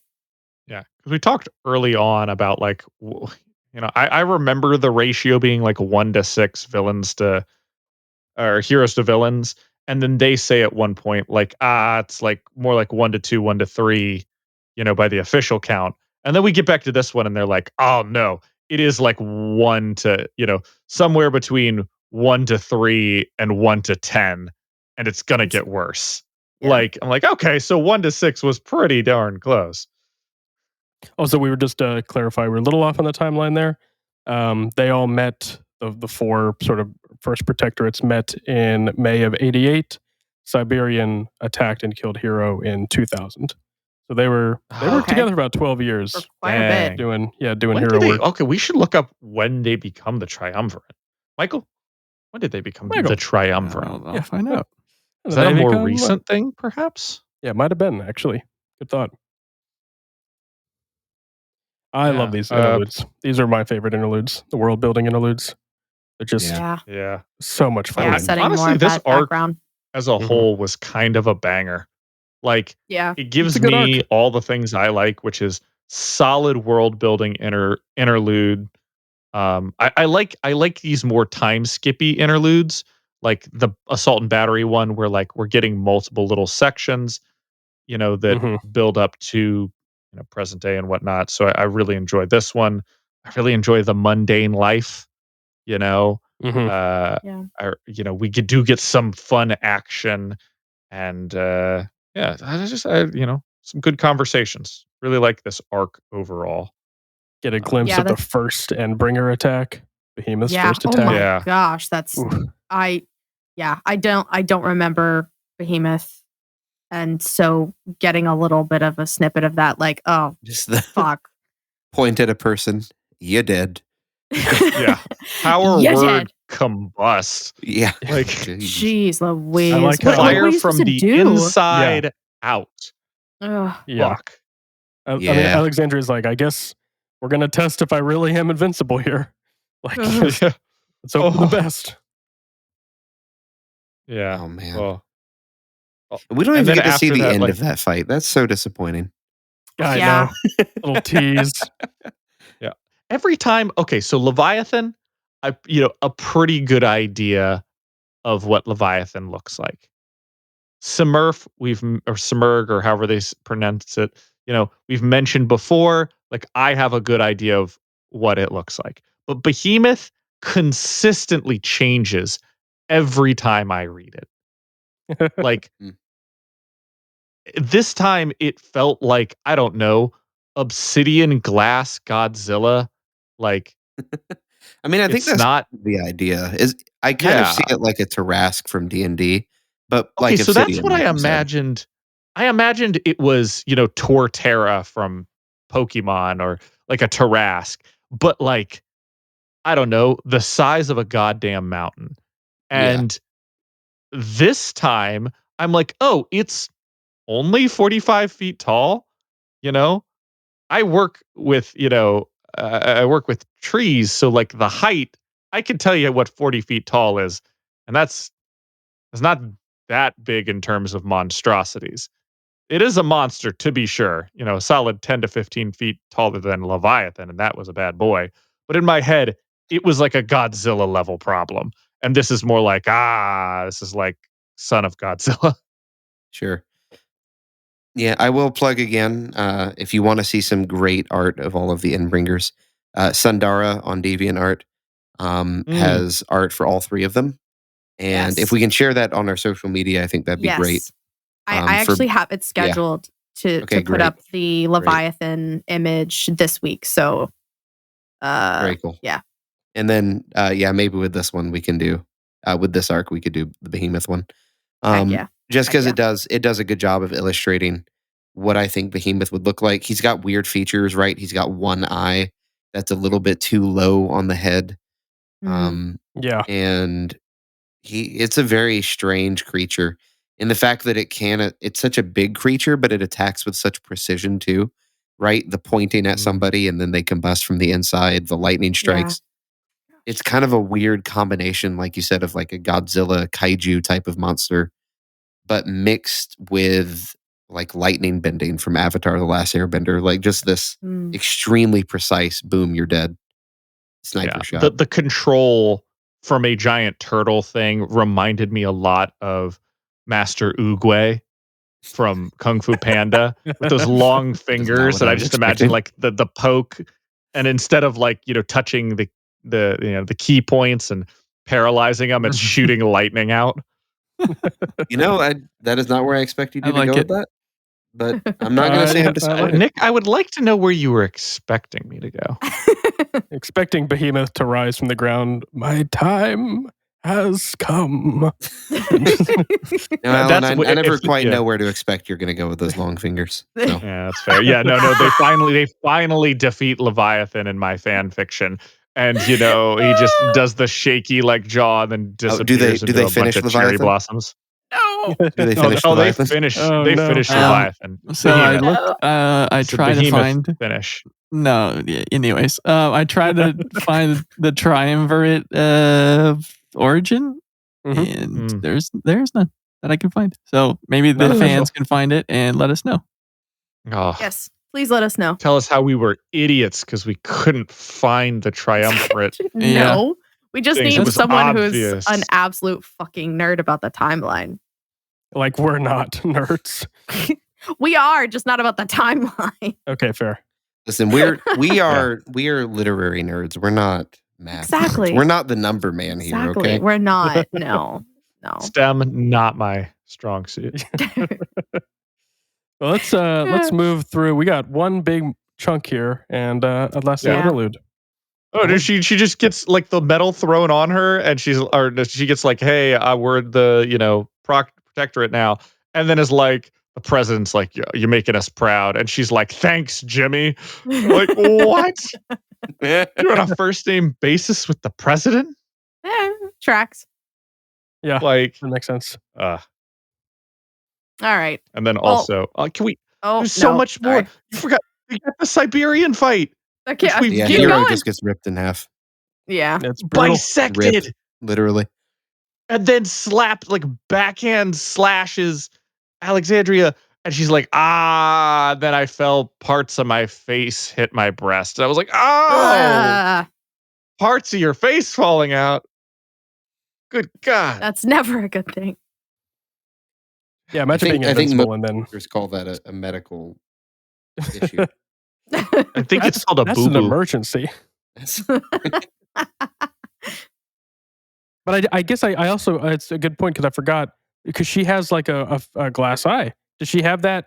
That just doesn't heal for her. She has that now. Yeah, I guess that she has that in present day. Yeah. because I don't think that Alexandria has advanced healing properties. She's just basically invincible.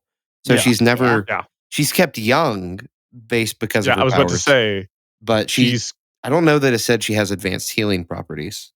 You just can't. she still looks like she's 16, right? Oh, Lord. We're like I now, did even not though know she's like that. 50 now, she's like looks like she's 18 or 20. Yeah. Yeah, I always assumed that she was like, I think I assumed she was like late 30s.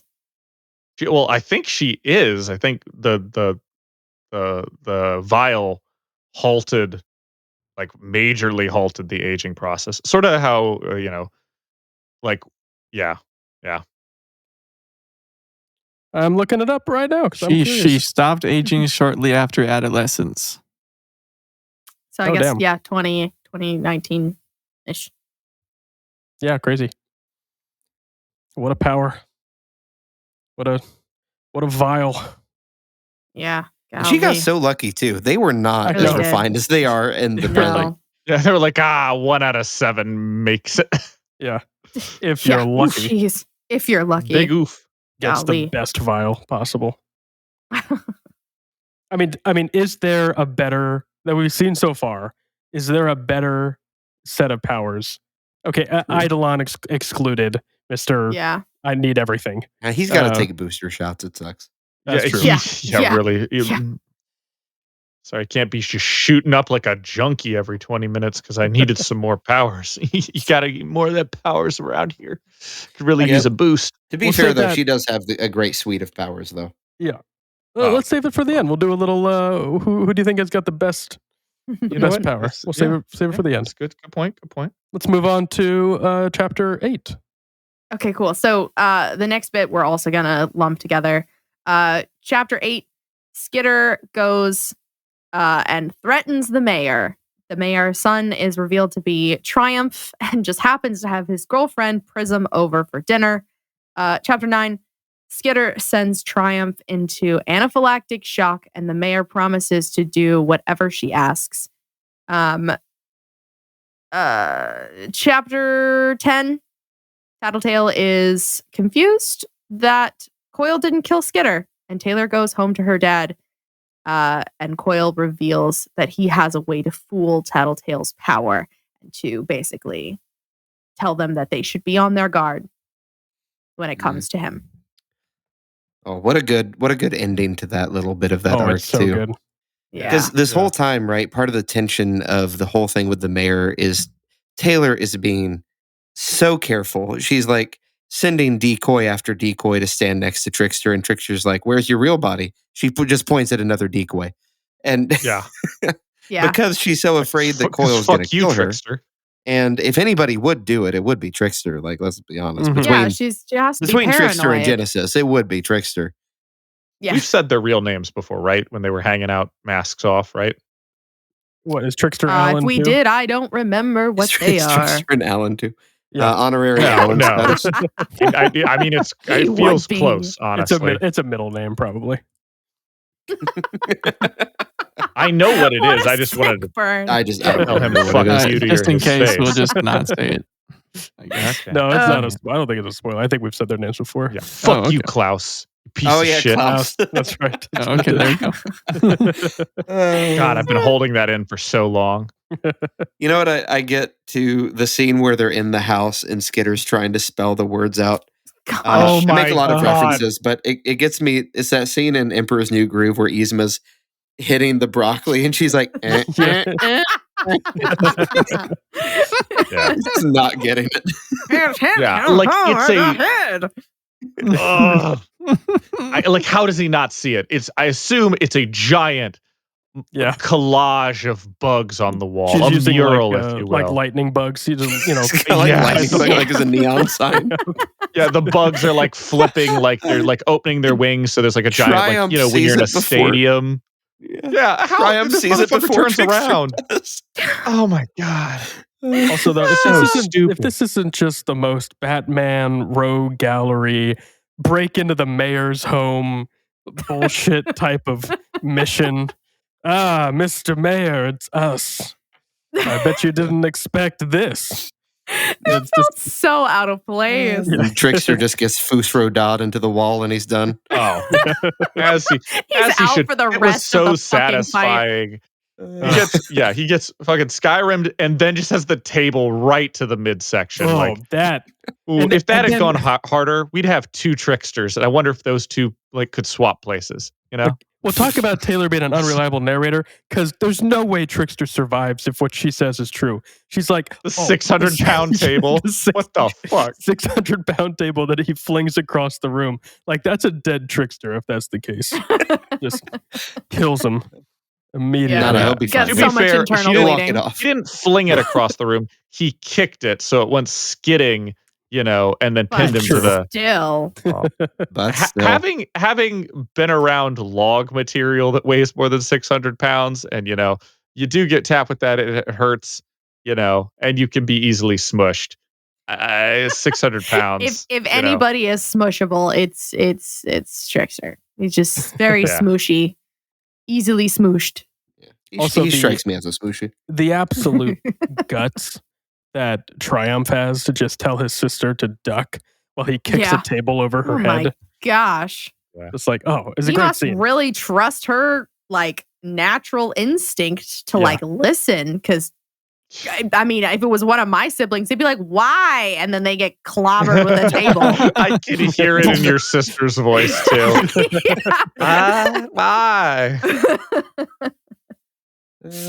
Yeah. Yeah, this whole God. this whole interaction feels so odd to me. Like, it feels like such a power play by Coyle. Like, if we know that Coyle already has kind of plants all over within the government system, it's like, well, why do you need them to go and like convince him? Like, don't you feel like maybe the night before they go to DC, like maybe this isn't the best? Like, it feels like it's a setup. And so when Taylor is so paranoid about it, like, it makes sense, like, because the whole thing feels off. And then of course they're all standing in the dining room and she's trying to figure out like what is off about this picture. Like, no one's afraid. They're more frustrated and mad than they are afraid of being up against a bunch of villains. Like, something is off here. And so, like, from the very beginning, it feels like a mission that didn't need to happen, that felt like completely unnecessary, and just like goes downhill from there. It felt like a setup. Well, and the I one actually thing, think there's a good reason for him to send them.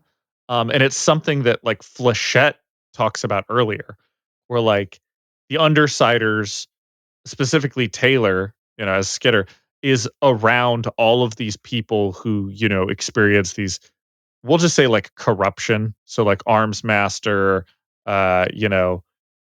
deals with Taylor and all of a sudden he's a bad guy and all of a sudden he's getting locked up. You've got, Amy like goes off her rocker and they assume, it could have been the Slaughterhouse 9, but it also could have been Skitter, just consistently that happens.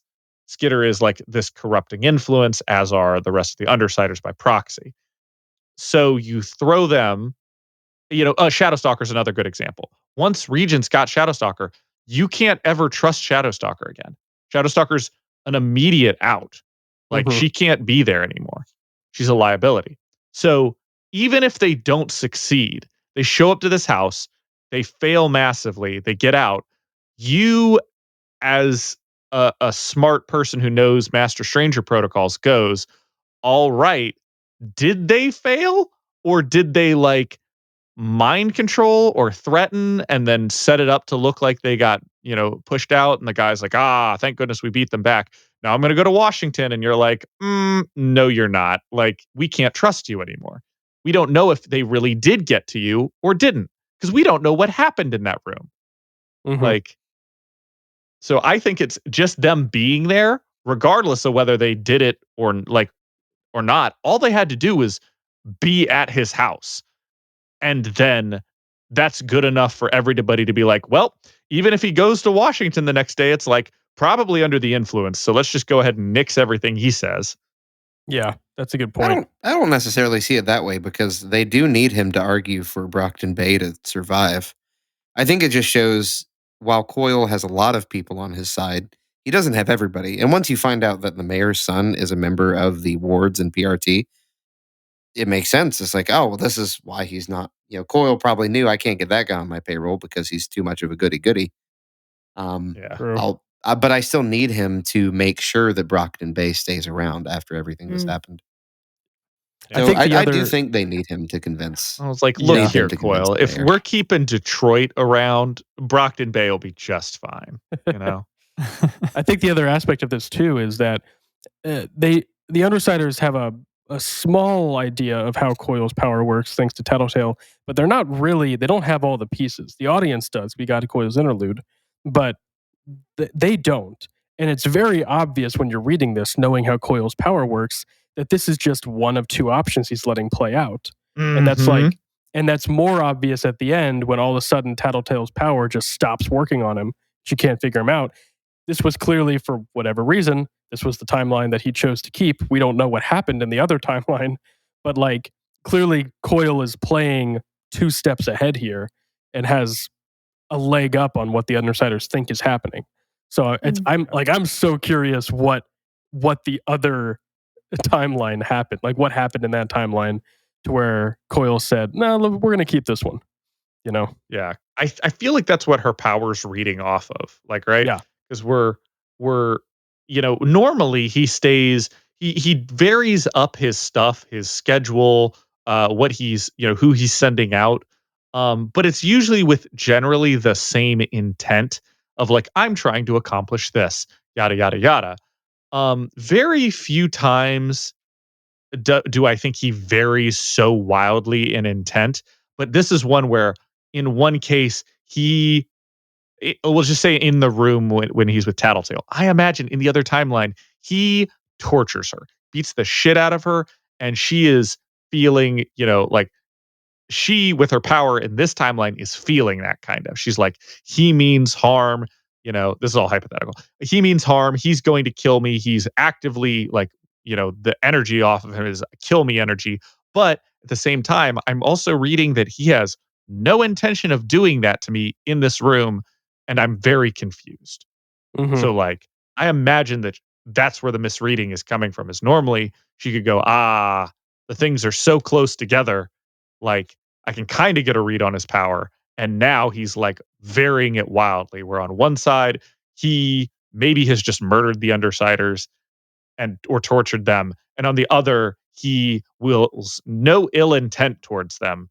Like he's like, I'm gonna send them out there on a bullshit mission that just, I'm not gonna do anything to him. And she gets a misread because they're so wildly different at Well, the same time. and we have to remember too that Coyle has known that Taylor's been unhappy with the way he's using Dinah for a very long time now. I have Mhm. no Yeah. doubt that what you said is probably true, Alan, that he has used alternate realities to get more information from them than they have actually given him in the Yeah. reality that we know. And Yeah. I would say I wouldn't even be surprised if he has the ability and knowledge to hide one of the realities from Tattletale, knowing what Tattletale's power is. He maybe somehow can manipulate it so that way she can see, oh, this is what she's going to see, right? Yeah. I don't know. It's Yeah. it's yeah, it's And wacky. I mean, he knows who Taylor is and where her dad is. Like, yeah. because, you know, the whole EMTs being there during the glass incident. Like, Yeah. he knows everything about them. I think they mentioned that one of the earlier chapters in this arc were like, yeah, he definitely knows a lot more than uh, we were kind of just assuming. Mm-hmm. Yeah, no, you get the sense in this chapter 10, the last chapter in particular, you really get the sense. Like we know that Coyle's sort of a mastermind, but we haven't for the last several arcs with the Slaughterhouse 9 in town, haven't really seen him shine in terms of how he's using his power. He's just doing a good job of not getting attacked and staying hidden and all this kind of stuff, which is fine. Yeah. But now it's like, oh, he's he's got a plan and everything is being executed perfectly according to that plan and nothing is disrupting it. Like he's got complete control over what he's doing right now. And it's Yeah. Also, scary. that's we're talking, before like reasons to hate somebody and like, whether or not to make him more predatory. I think this right here, I think it's 15.8, where he's, is he doing this to fuck with them? He definitely is. He's setting them up to just be paranoid and whatnot. All of that is so easy to make me hate Coyle. You don't need to do anything else. Like, I hate him for just how he's fucking with him right now. Like, It just makes if I actually were it makes Taylor, him more endearing to me. yeah, The like fact oh, that he's he's a like great fucking with character. them. Yeah. Oh, yeah, it's great. makes It's him great. more impressive as a villain, but it also is enough to be like right there, the unsurety that like you could get outed, like Empire 88, that he could go after your family, like the mayor's family, all these things where he's broken the rules and gotten away with it. Like, how do the Undersiders not, know that they won't be the next ones? I mean, they suspect they probably are, but like Mhm. that enough is enough to hate Coyle. Like, Ah. just that uncertainty and his manipulativeness. Hmm. Great Such a good character. What can villain. we say? I was gonna say, fantastic villain. I love him. Yep. Yeah, this one really cemented, like, he's got a personality and whatnot, but this intrigue and messing with him really sold Coil for me. Yeah. Like, ooh, really liked it. All right. Last chapter. Last interlude. I just one thing real quick before we I've got move a couple on. things. Yeah, I Okay. was about to Just say one more thing. we can't move on without saying that, like, to me it feels like these chapters with them at the mayor's house, this is the moment that Taylor became a villain to me. Mm. Letting him get so close to death, and just that, like, quiet, like, well, I have an EpiPen, but I'm not going to give it to you. And the knowledge that even as she's walking away, that, like, if I had waited 10 more seconds, he would have been dead. Yeah. And, like, that knowledge that she let herself be pushed, and, the how long can I wait until I break? Like, Mm. well, Mhm. congratulations, Taylor. Like, you've passed the threshold. Like, you're a villain now. I don't know. I think this whole arc was a huge turning point for me in how I see Taylor. Like, I'm over her bullshit, I think. Like, you've Yeah, I think proven she yourself might a be over villain her here bullshit. in this moment. Like, you've proven to yourself that you are villainous. You are, you're evil in this moment. This father, the mayor, is, like, begging for his child's life at this point. Yeah. Like, damn. And then she can walk away and be like, "Oh, but Dinah." Like, fuck you, Taylor. I know. But No, I really, think though.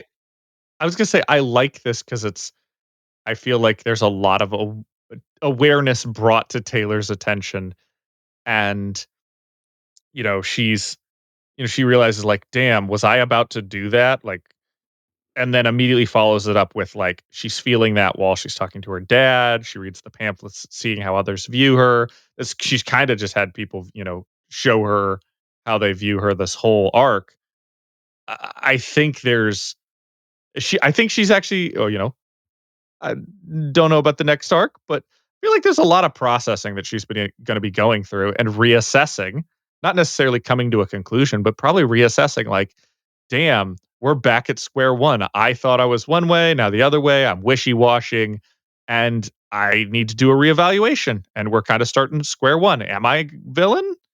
Am I doing this for good reasons? Am I not? Like, Yeah, and I think I don't want to skip over her conversation with her dad too, because I think that really Yeah. cements it for her, where she sees the paper about her and it says that she is prone to random bursts of violence. Yeah. And Mm. she looks at yeah. that and goes, just kind of thinks, is that the way that people see me? Mm-hmm. Like, if you get on my bad side, I might just blow up and destroy you. I don't know. I think it is definitely a moment of reckoning for her where she realizes, oh, I'm not a I'm not a good person. Yeah. Yeah. She has to take stock of who she's become now, and, like, the little things that have pushed her just a little bit further and a little bit further and a little bit further, that she's forgiven herself for, because it's like, oh, well, it was the ABB, or, oh, it was lung, or, oh, hey, it was these guys who had said they'd work for me, but now they're threatening children in my own lair. Like, she's given herself permission, and she's, like, made excuses for herself. And we've gotten to a point now where, like, Taylor, do you even believe the excuses you tell yourself? Hmm. Yeah, because she, like, up until now, these are all people that, like, these people's opinions, but this pamphlet, she looks at it and it kind of feels like an unbiased source. Like, Yeah. it's in writing. It's not somebody telling that to her. Yeah, it's being This is widely it's distributed. it's a fact on paper. This feels objective in that way, where, like, she looks at it and she goes, "Oh shit!" Like, and on top of that, this feels like a very abstracted moment where she is in non-caped situation and seeing things through uncaped eyes. Like, you kind of get that with Sierra and Charlotte and whatnot, but they're still like they're in her territory, they're in her space. And out here with her dad, she's not pretending to be a supervillain. She's not, she's walking a mile in a civilian's shoes, kind of, and she's like, "Oh shoot, this is what people see me as." Like, it felt odd to return to that sort of uncaped life. Yeah, good Yeah. good insight there. It's a little humbling moment for Yeah. her. A rare humbling moment for her. Yeah, Also, is this necessary. the second? Gosh, like, no wonder I'm going to go back and forth on this, but no wonder everybody kind of hates the Undersiders a little bit, because as far as we know from public view, maybe just PRT, they have outed the secret identities. Assumedly, Lisa has outed the secret identities of Empire 88, and we kind of let that slide. And then Skitter finds out Sophia's identity when she shouldn't have, and we let that go a little bit, even though she immediately turns around, as far as everybody else is concerned, and like kidnaps and uses her, and somehow we let that go. And then she goes to a hero's house and attacks their family, which Yeah. we know is a like those are all three of those are breaking rules that we've talked about. Like, the heroes and villains will gather together and kill you or put you in Yeah. the birdcage kind of situation. And we've just kind of let those slide. And obviously they argue semantics about it later in the interlude, but like Yeah, that's no interesting. wonder everybody hates them. And also Skitter in particular, like, what the fuck? Mhm. Yes. Yeah. And just for maybe consistency of writing, how do they keep getting away with it? How Well, I has mean- like everybody not just got on their case about this? That's literally the next. Yeah, that's literally the next chapter. Is they ask all these questions. Yeah. So yeah. I'm gonna use that as my transition because we're so Nice. so close. No, we're not So done the yet. final Because now it's time interlude, you can for just What mute the him, fuck, Michael. Taylor? That'd be great. You know this So- podcast within a podcast. Crevices below God the damn it. belt. What the fuck? Like, we went to the bank heist and we're We were like, so I'm close. gonna shove it up their nose and in their eyeballs. But now we were very descriptive about where we're going below the pants. Ooh. Classic Taylor move right there. Okay, so the next interlude, Jesus. We have Rory Kreisner, or Triumph, as we know him. We look at Triumph and Prism's relationship, how Triumph got his powers, and Assault argues with the Protectorate capes about how they should respond to the attack on Triumph and how they should go after the Undersiders. And Dragon and Defiant show up.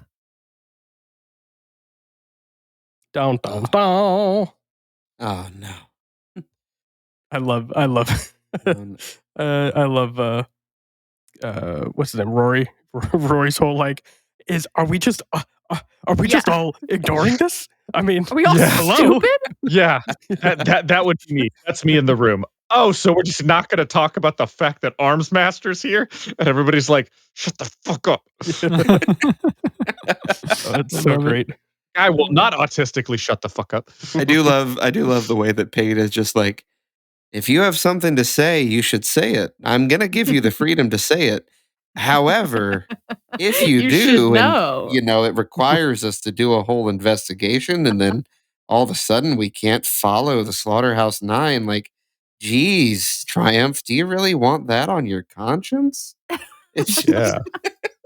Yeah, I way love to it. put the pressure on her. Like, Skitter like constantly justifies shit like, oh man, I can't do this, I can't rescue Dinah. It's like, oh man, if you out Arms Master, we can't hunt the Slaughterhouse Nine. Oh, convenient. God damn. Oh, it's great. I love the You love- passion in this chapter. I love how angry Oh. the good guys are for once. Like it Yeah. really feels like they've been walked over for the last 14 arcs, and now they're They just really have. Yeah, because they have. and now Let's it's be honest. sort of bubbling over here, and they're all just fed up. And it's good to see. It feels real. It feels kind of human. Yeah. We come down into that like, oh, there's a quarrel, and we see the lines divided. You've got what Miss Militia, Weld, and Kid Win on one side, and then Clockblocker, Assault, Vista, and Chariot on the other. Mhm. And I'll be honest, in terms of energy, I get why they're on the sides that they are. But I was actually surprised at which group was taking which thing. Yeah. Um, not for any particularly good reason. Just I was like, damn, I'm surprised Miss Militia, Weld, and Kid Win aren't like, yeah, we by the books, we need to go after him now. We need to make that arrest. And the other group being like, we are fucking tired. I would like to Take a not nap. do that. Yeah. Like I if think they're minding yeah. their own business right now, maybe we shouldn't stir up trouble. Like nobody's hurt right now. So like let's just mind our own goddamn business and try and fix the city. And so, once again, not strong reasoning on my part, but I was surprised at which people were taking which side.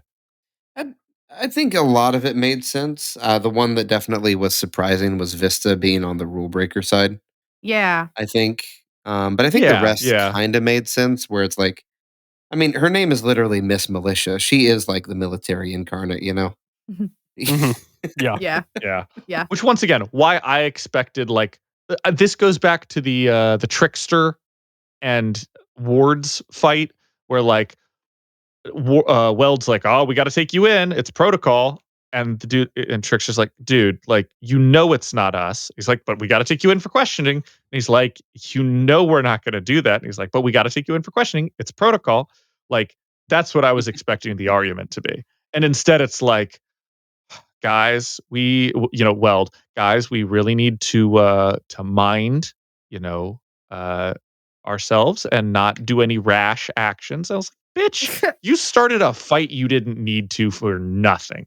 Like, and now you're gonna be like, actually protocol says we stay back here because that's what our orders are. Woo. Yeah. And Assault's character here, I loved so much because now that we've had the interlude, Assault means so much more. And Yeah. he, like him being this kind of smarmy, I get a little bit of somewhere between Regent and Clock Blocker, like smugness, Mhm. and cockiness, but also he's pissed. Yeah. Like Yeah. Battery's he's got dead. the smirk on his face, but it's there just because that's his natural like resting bitch face, and he wants to get in there and hurt someone. Yeah. Yeah. Oh, yeah. Yeah, I think Rory even says it at one point that's like, well, clearly his anger is coming from a place of having lost Battery. And that all of that anger is finally being welled up. It's like, well, if I can channel that into attacking the people that just, attacked the mayor's home, like, let's fucking go. Like, we're tired of sitting on our butts, not being able to do anything that actually helps. Yeah. I love their listing off the people, like we've lost all of these people. And I'm like, damn, that's a lot of people. And then somebody's like, well, yeah, and also Shadowstalker. And there's just like yeah, but nobody gives a fuck about Shadowstalker. She left. We don't Yeah, we but don't she care. left. Yeah. Yeah. Oh, so like where they're like, I mean, they outed one of our own. Like, what if they do that again? And I think it's Miss Militia's like, I mean, Tattletale probably knows who we all are by now. It's not Yeah. really a secret. It's like, oof. Yeah. Yeah. Yeah, they probably have, like, they know all about us. So, I mean, it's not really a question of if, it's more of when. I also liked Triumph's little breakdown of the scene too, where they were like, everyone's thinking that they went in specifically to out Triumph and Prism, Mhm. and he's Yeah. like, no, I don't think so. Like he's putting it together that there's something else Yeah. going on. Mhm. That Trickster seemed pretty stupid to me. Yeah, I don't think he was smart enough for that. Like, yeah, fair. That's accurate. Yeah. And then I love that Dragon is like, hey, so I have this and this, and this, and this, and also this, and also these planes, and all of these robots, and all of these things that are going to help protect the city. And all I could think of was like, great. So now we're just going to have a bunch of robots. It's just going to be like a bunch of Tony Stark, Iron Man bots that are just patrolling. Like, that doesn't seem very smart. Power Rangers. Yeah. That's all I could think of. Fucking bunch of fucking Zoid-esque looking. What was that? What was the more animal-based one? There was There was I know what you're talking about. Was that Zoids? Zords. That might have been I think they're called Zoids. Zords. No, Zords are Zords are from Power Rangers. Power Rangers. Yeah, Zoids are. Zoids, I thought, was the more animal-based. I see. Yes, show. they're like animal robots. Yeah. Yeah. Yes, that's Zoids. Yeah, we got the Zoids with a bunch of fucking nerd-ass names. Yeah. They went through like every mythology over here. Like, I'm not gonna we're lie. gonna call it. I did that thing where you read when you're reading fantasy books and you just go, because you don't actually know what it is, and you're like, yes, the Shnimanaha and the Shnimanaha 2.7 and the Shnimanaha 13 and the Jamahanaha and and you don't forget none of the it name. is sticking. You remember it, and you remember like what its association is, but you'll never say it. You know? Yeah.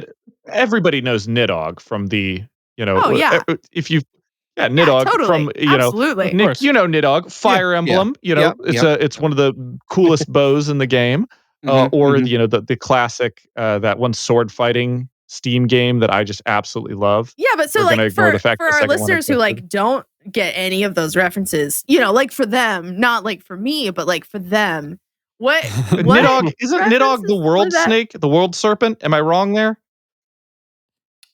I thought Nidog was the world serpent. Jormungandr is the Jormungand is the world serpent. Yeah. Easy to mix. Nidog's the one at the world tree. Sure. Right? No idea. I'm gonna just it wraps around something because I don't know enough to disagree with you. Yeah, you're right. Jormungand goes around the world. Nidog is like nibbling on Yggdrasil or something. Isn't it a type of dragon? It's a Norwegian mythological. It is a type of dragon. Yeah, it's Norse. All that to say, and then they just throw Uther. Like Uther's not a dragon. Like I got his name is Pendragon, but like.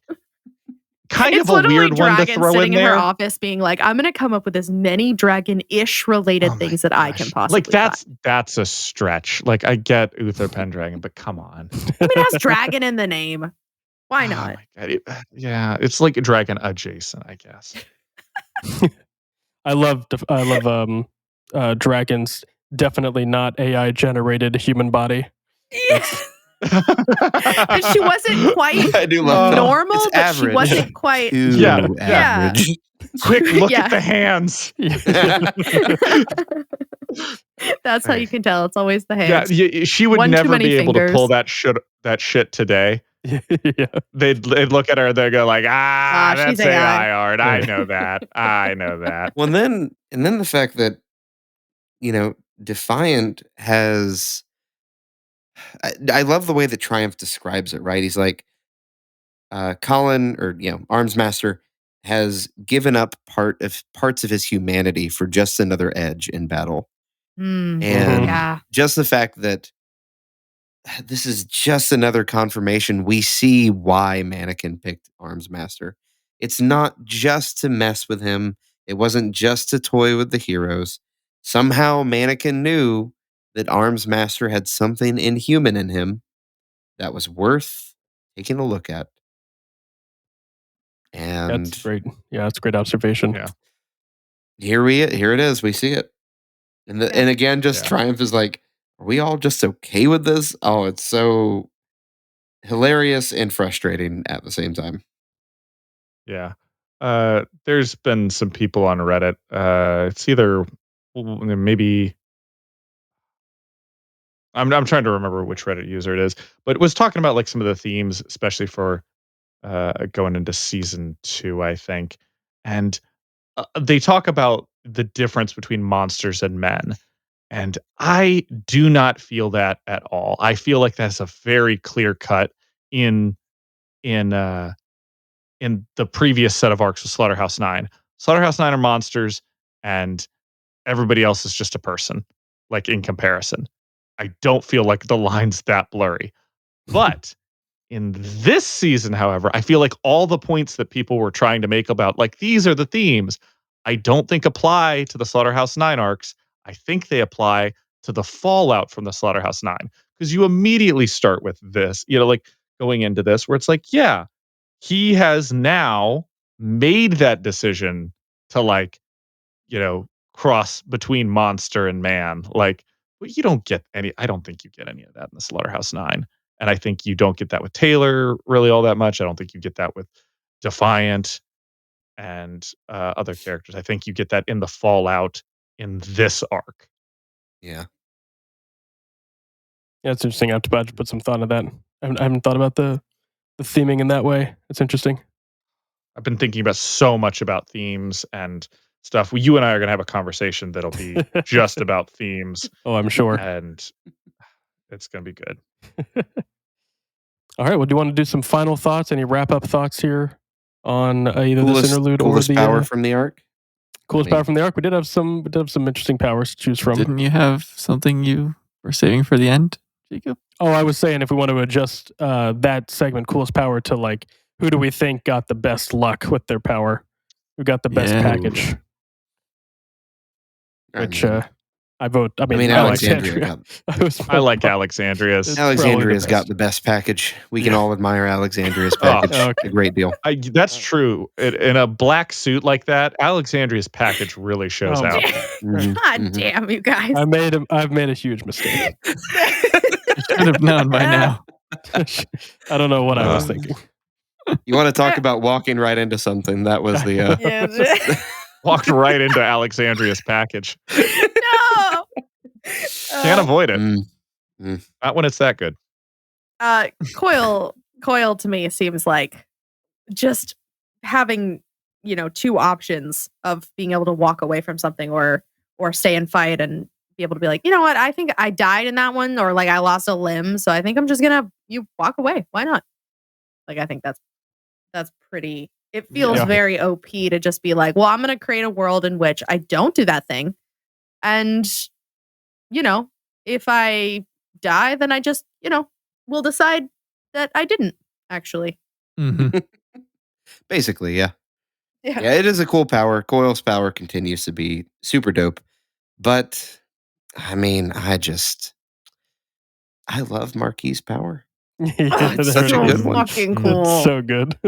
Yeah. It's just such a That's good probably what I power. would Like, go. how do you Yeah. compete with that, It's I hard. forgot that we talked about that Yeah. in this arc. So much Yeah, happened. it I was can't long remember arc. even. No, Marquis Yeah. gets it I'm- for me too. Yeah. Oh, so good. I'm a sucker for wisdom based powers, so I'm sticking with Alexandria. Like, you get to fly, be invincible, but your main thing that separates you is like you just have really, really like you're really smart and figure your way through that. So like What they call it, that's a perfect standout memory. for me. It's like Yeah, perfect memory. Yeah. It's a super simple power. Like you could Mhm. say like Eidolon's so much cooler because of like the changing out abilities, but like that just seems like a lot, like you got to do stuff to that to actively, keep track of that. And this is just like, oh yeah, I'm invincible. I can fly anywhere I need to. That's super convenient. And also, I'm just incredibly smart. That's just a super simple, easy win for me. Yeah, Nothing I actually don't really complicated. I don't like Eidolon's power that much. I think it's just too, like, I don't know. It's just like, oh, what can you do? A little bit of everything. Okay. Yeah. I mean, Cool. Yeah. I don't know. cool. Maybe I'll it's say just me. I don't like Eidolon's power so much because I don't feel he's creative enough for it.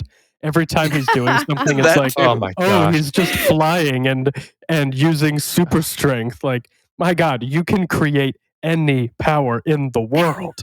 Like, Yeah, have some this man- imagination.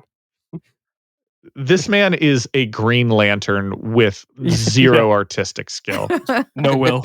Like, No willpower. This is, instead of giving, the Green Lantern to Kyle Rayner, or like, a comic artist, they gave it to an accountant, and he's like, I'm going to conjure a spreadsheet. Like, oh boy, you're really afraid that I didn't do my taxes, and then just beats the shit out of him. Exactly. Well, on that note, I think we've said everything that needs to be said. Yes? No? Speak now for everyone. God, I hope so, because I want to go to bed. Yeah. To be fair, this will be, this is the one of the second longest arcs. It's very long. I think the next So arc long. is the longest. Oh, really? So we will Yay. we'll be breaking the mountain there, passing over the hill after Mhm. that.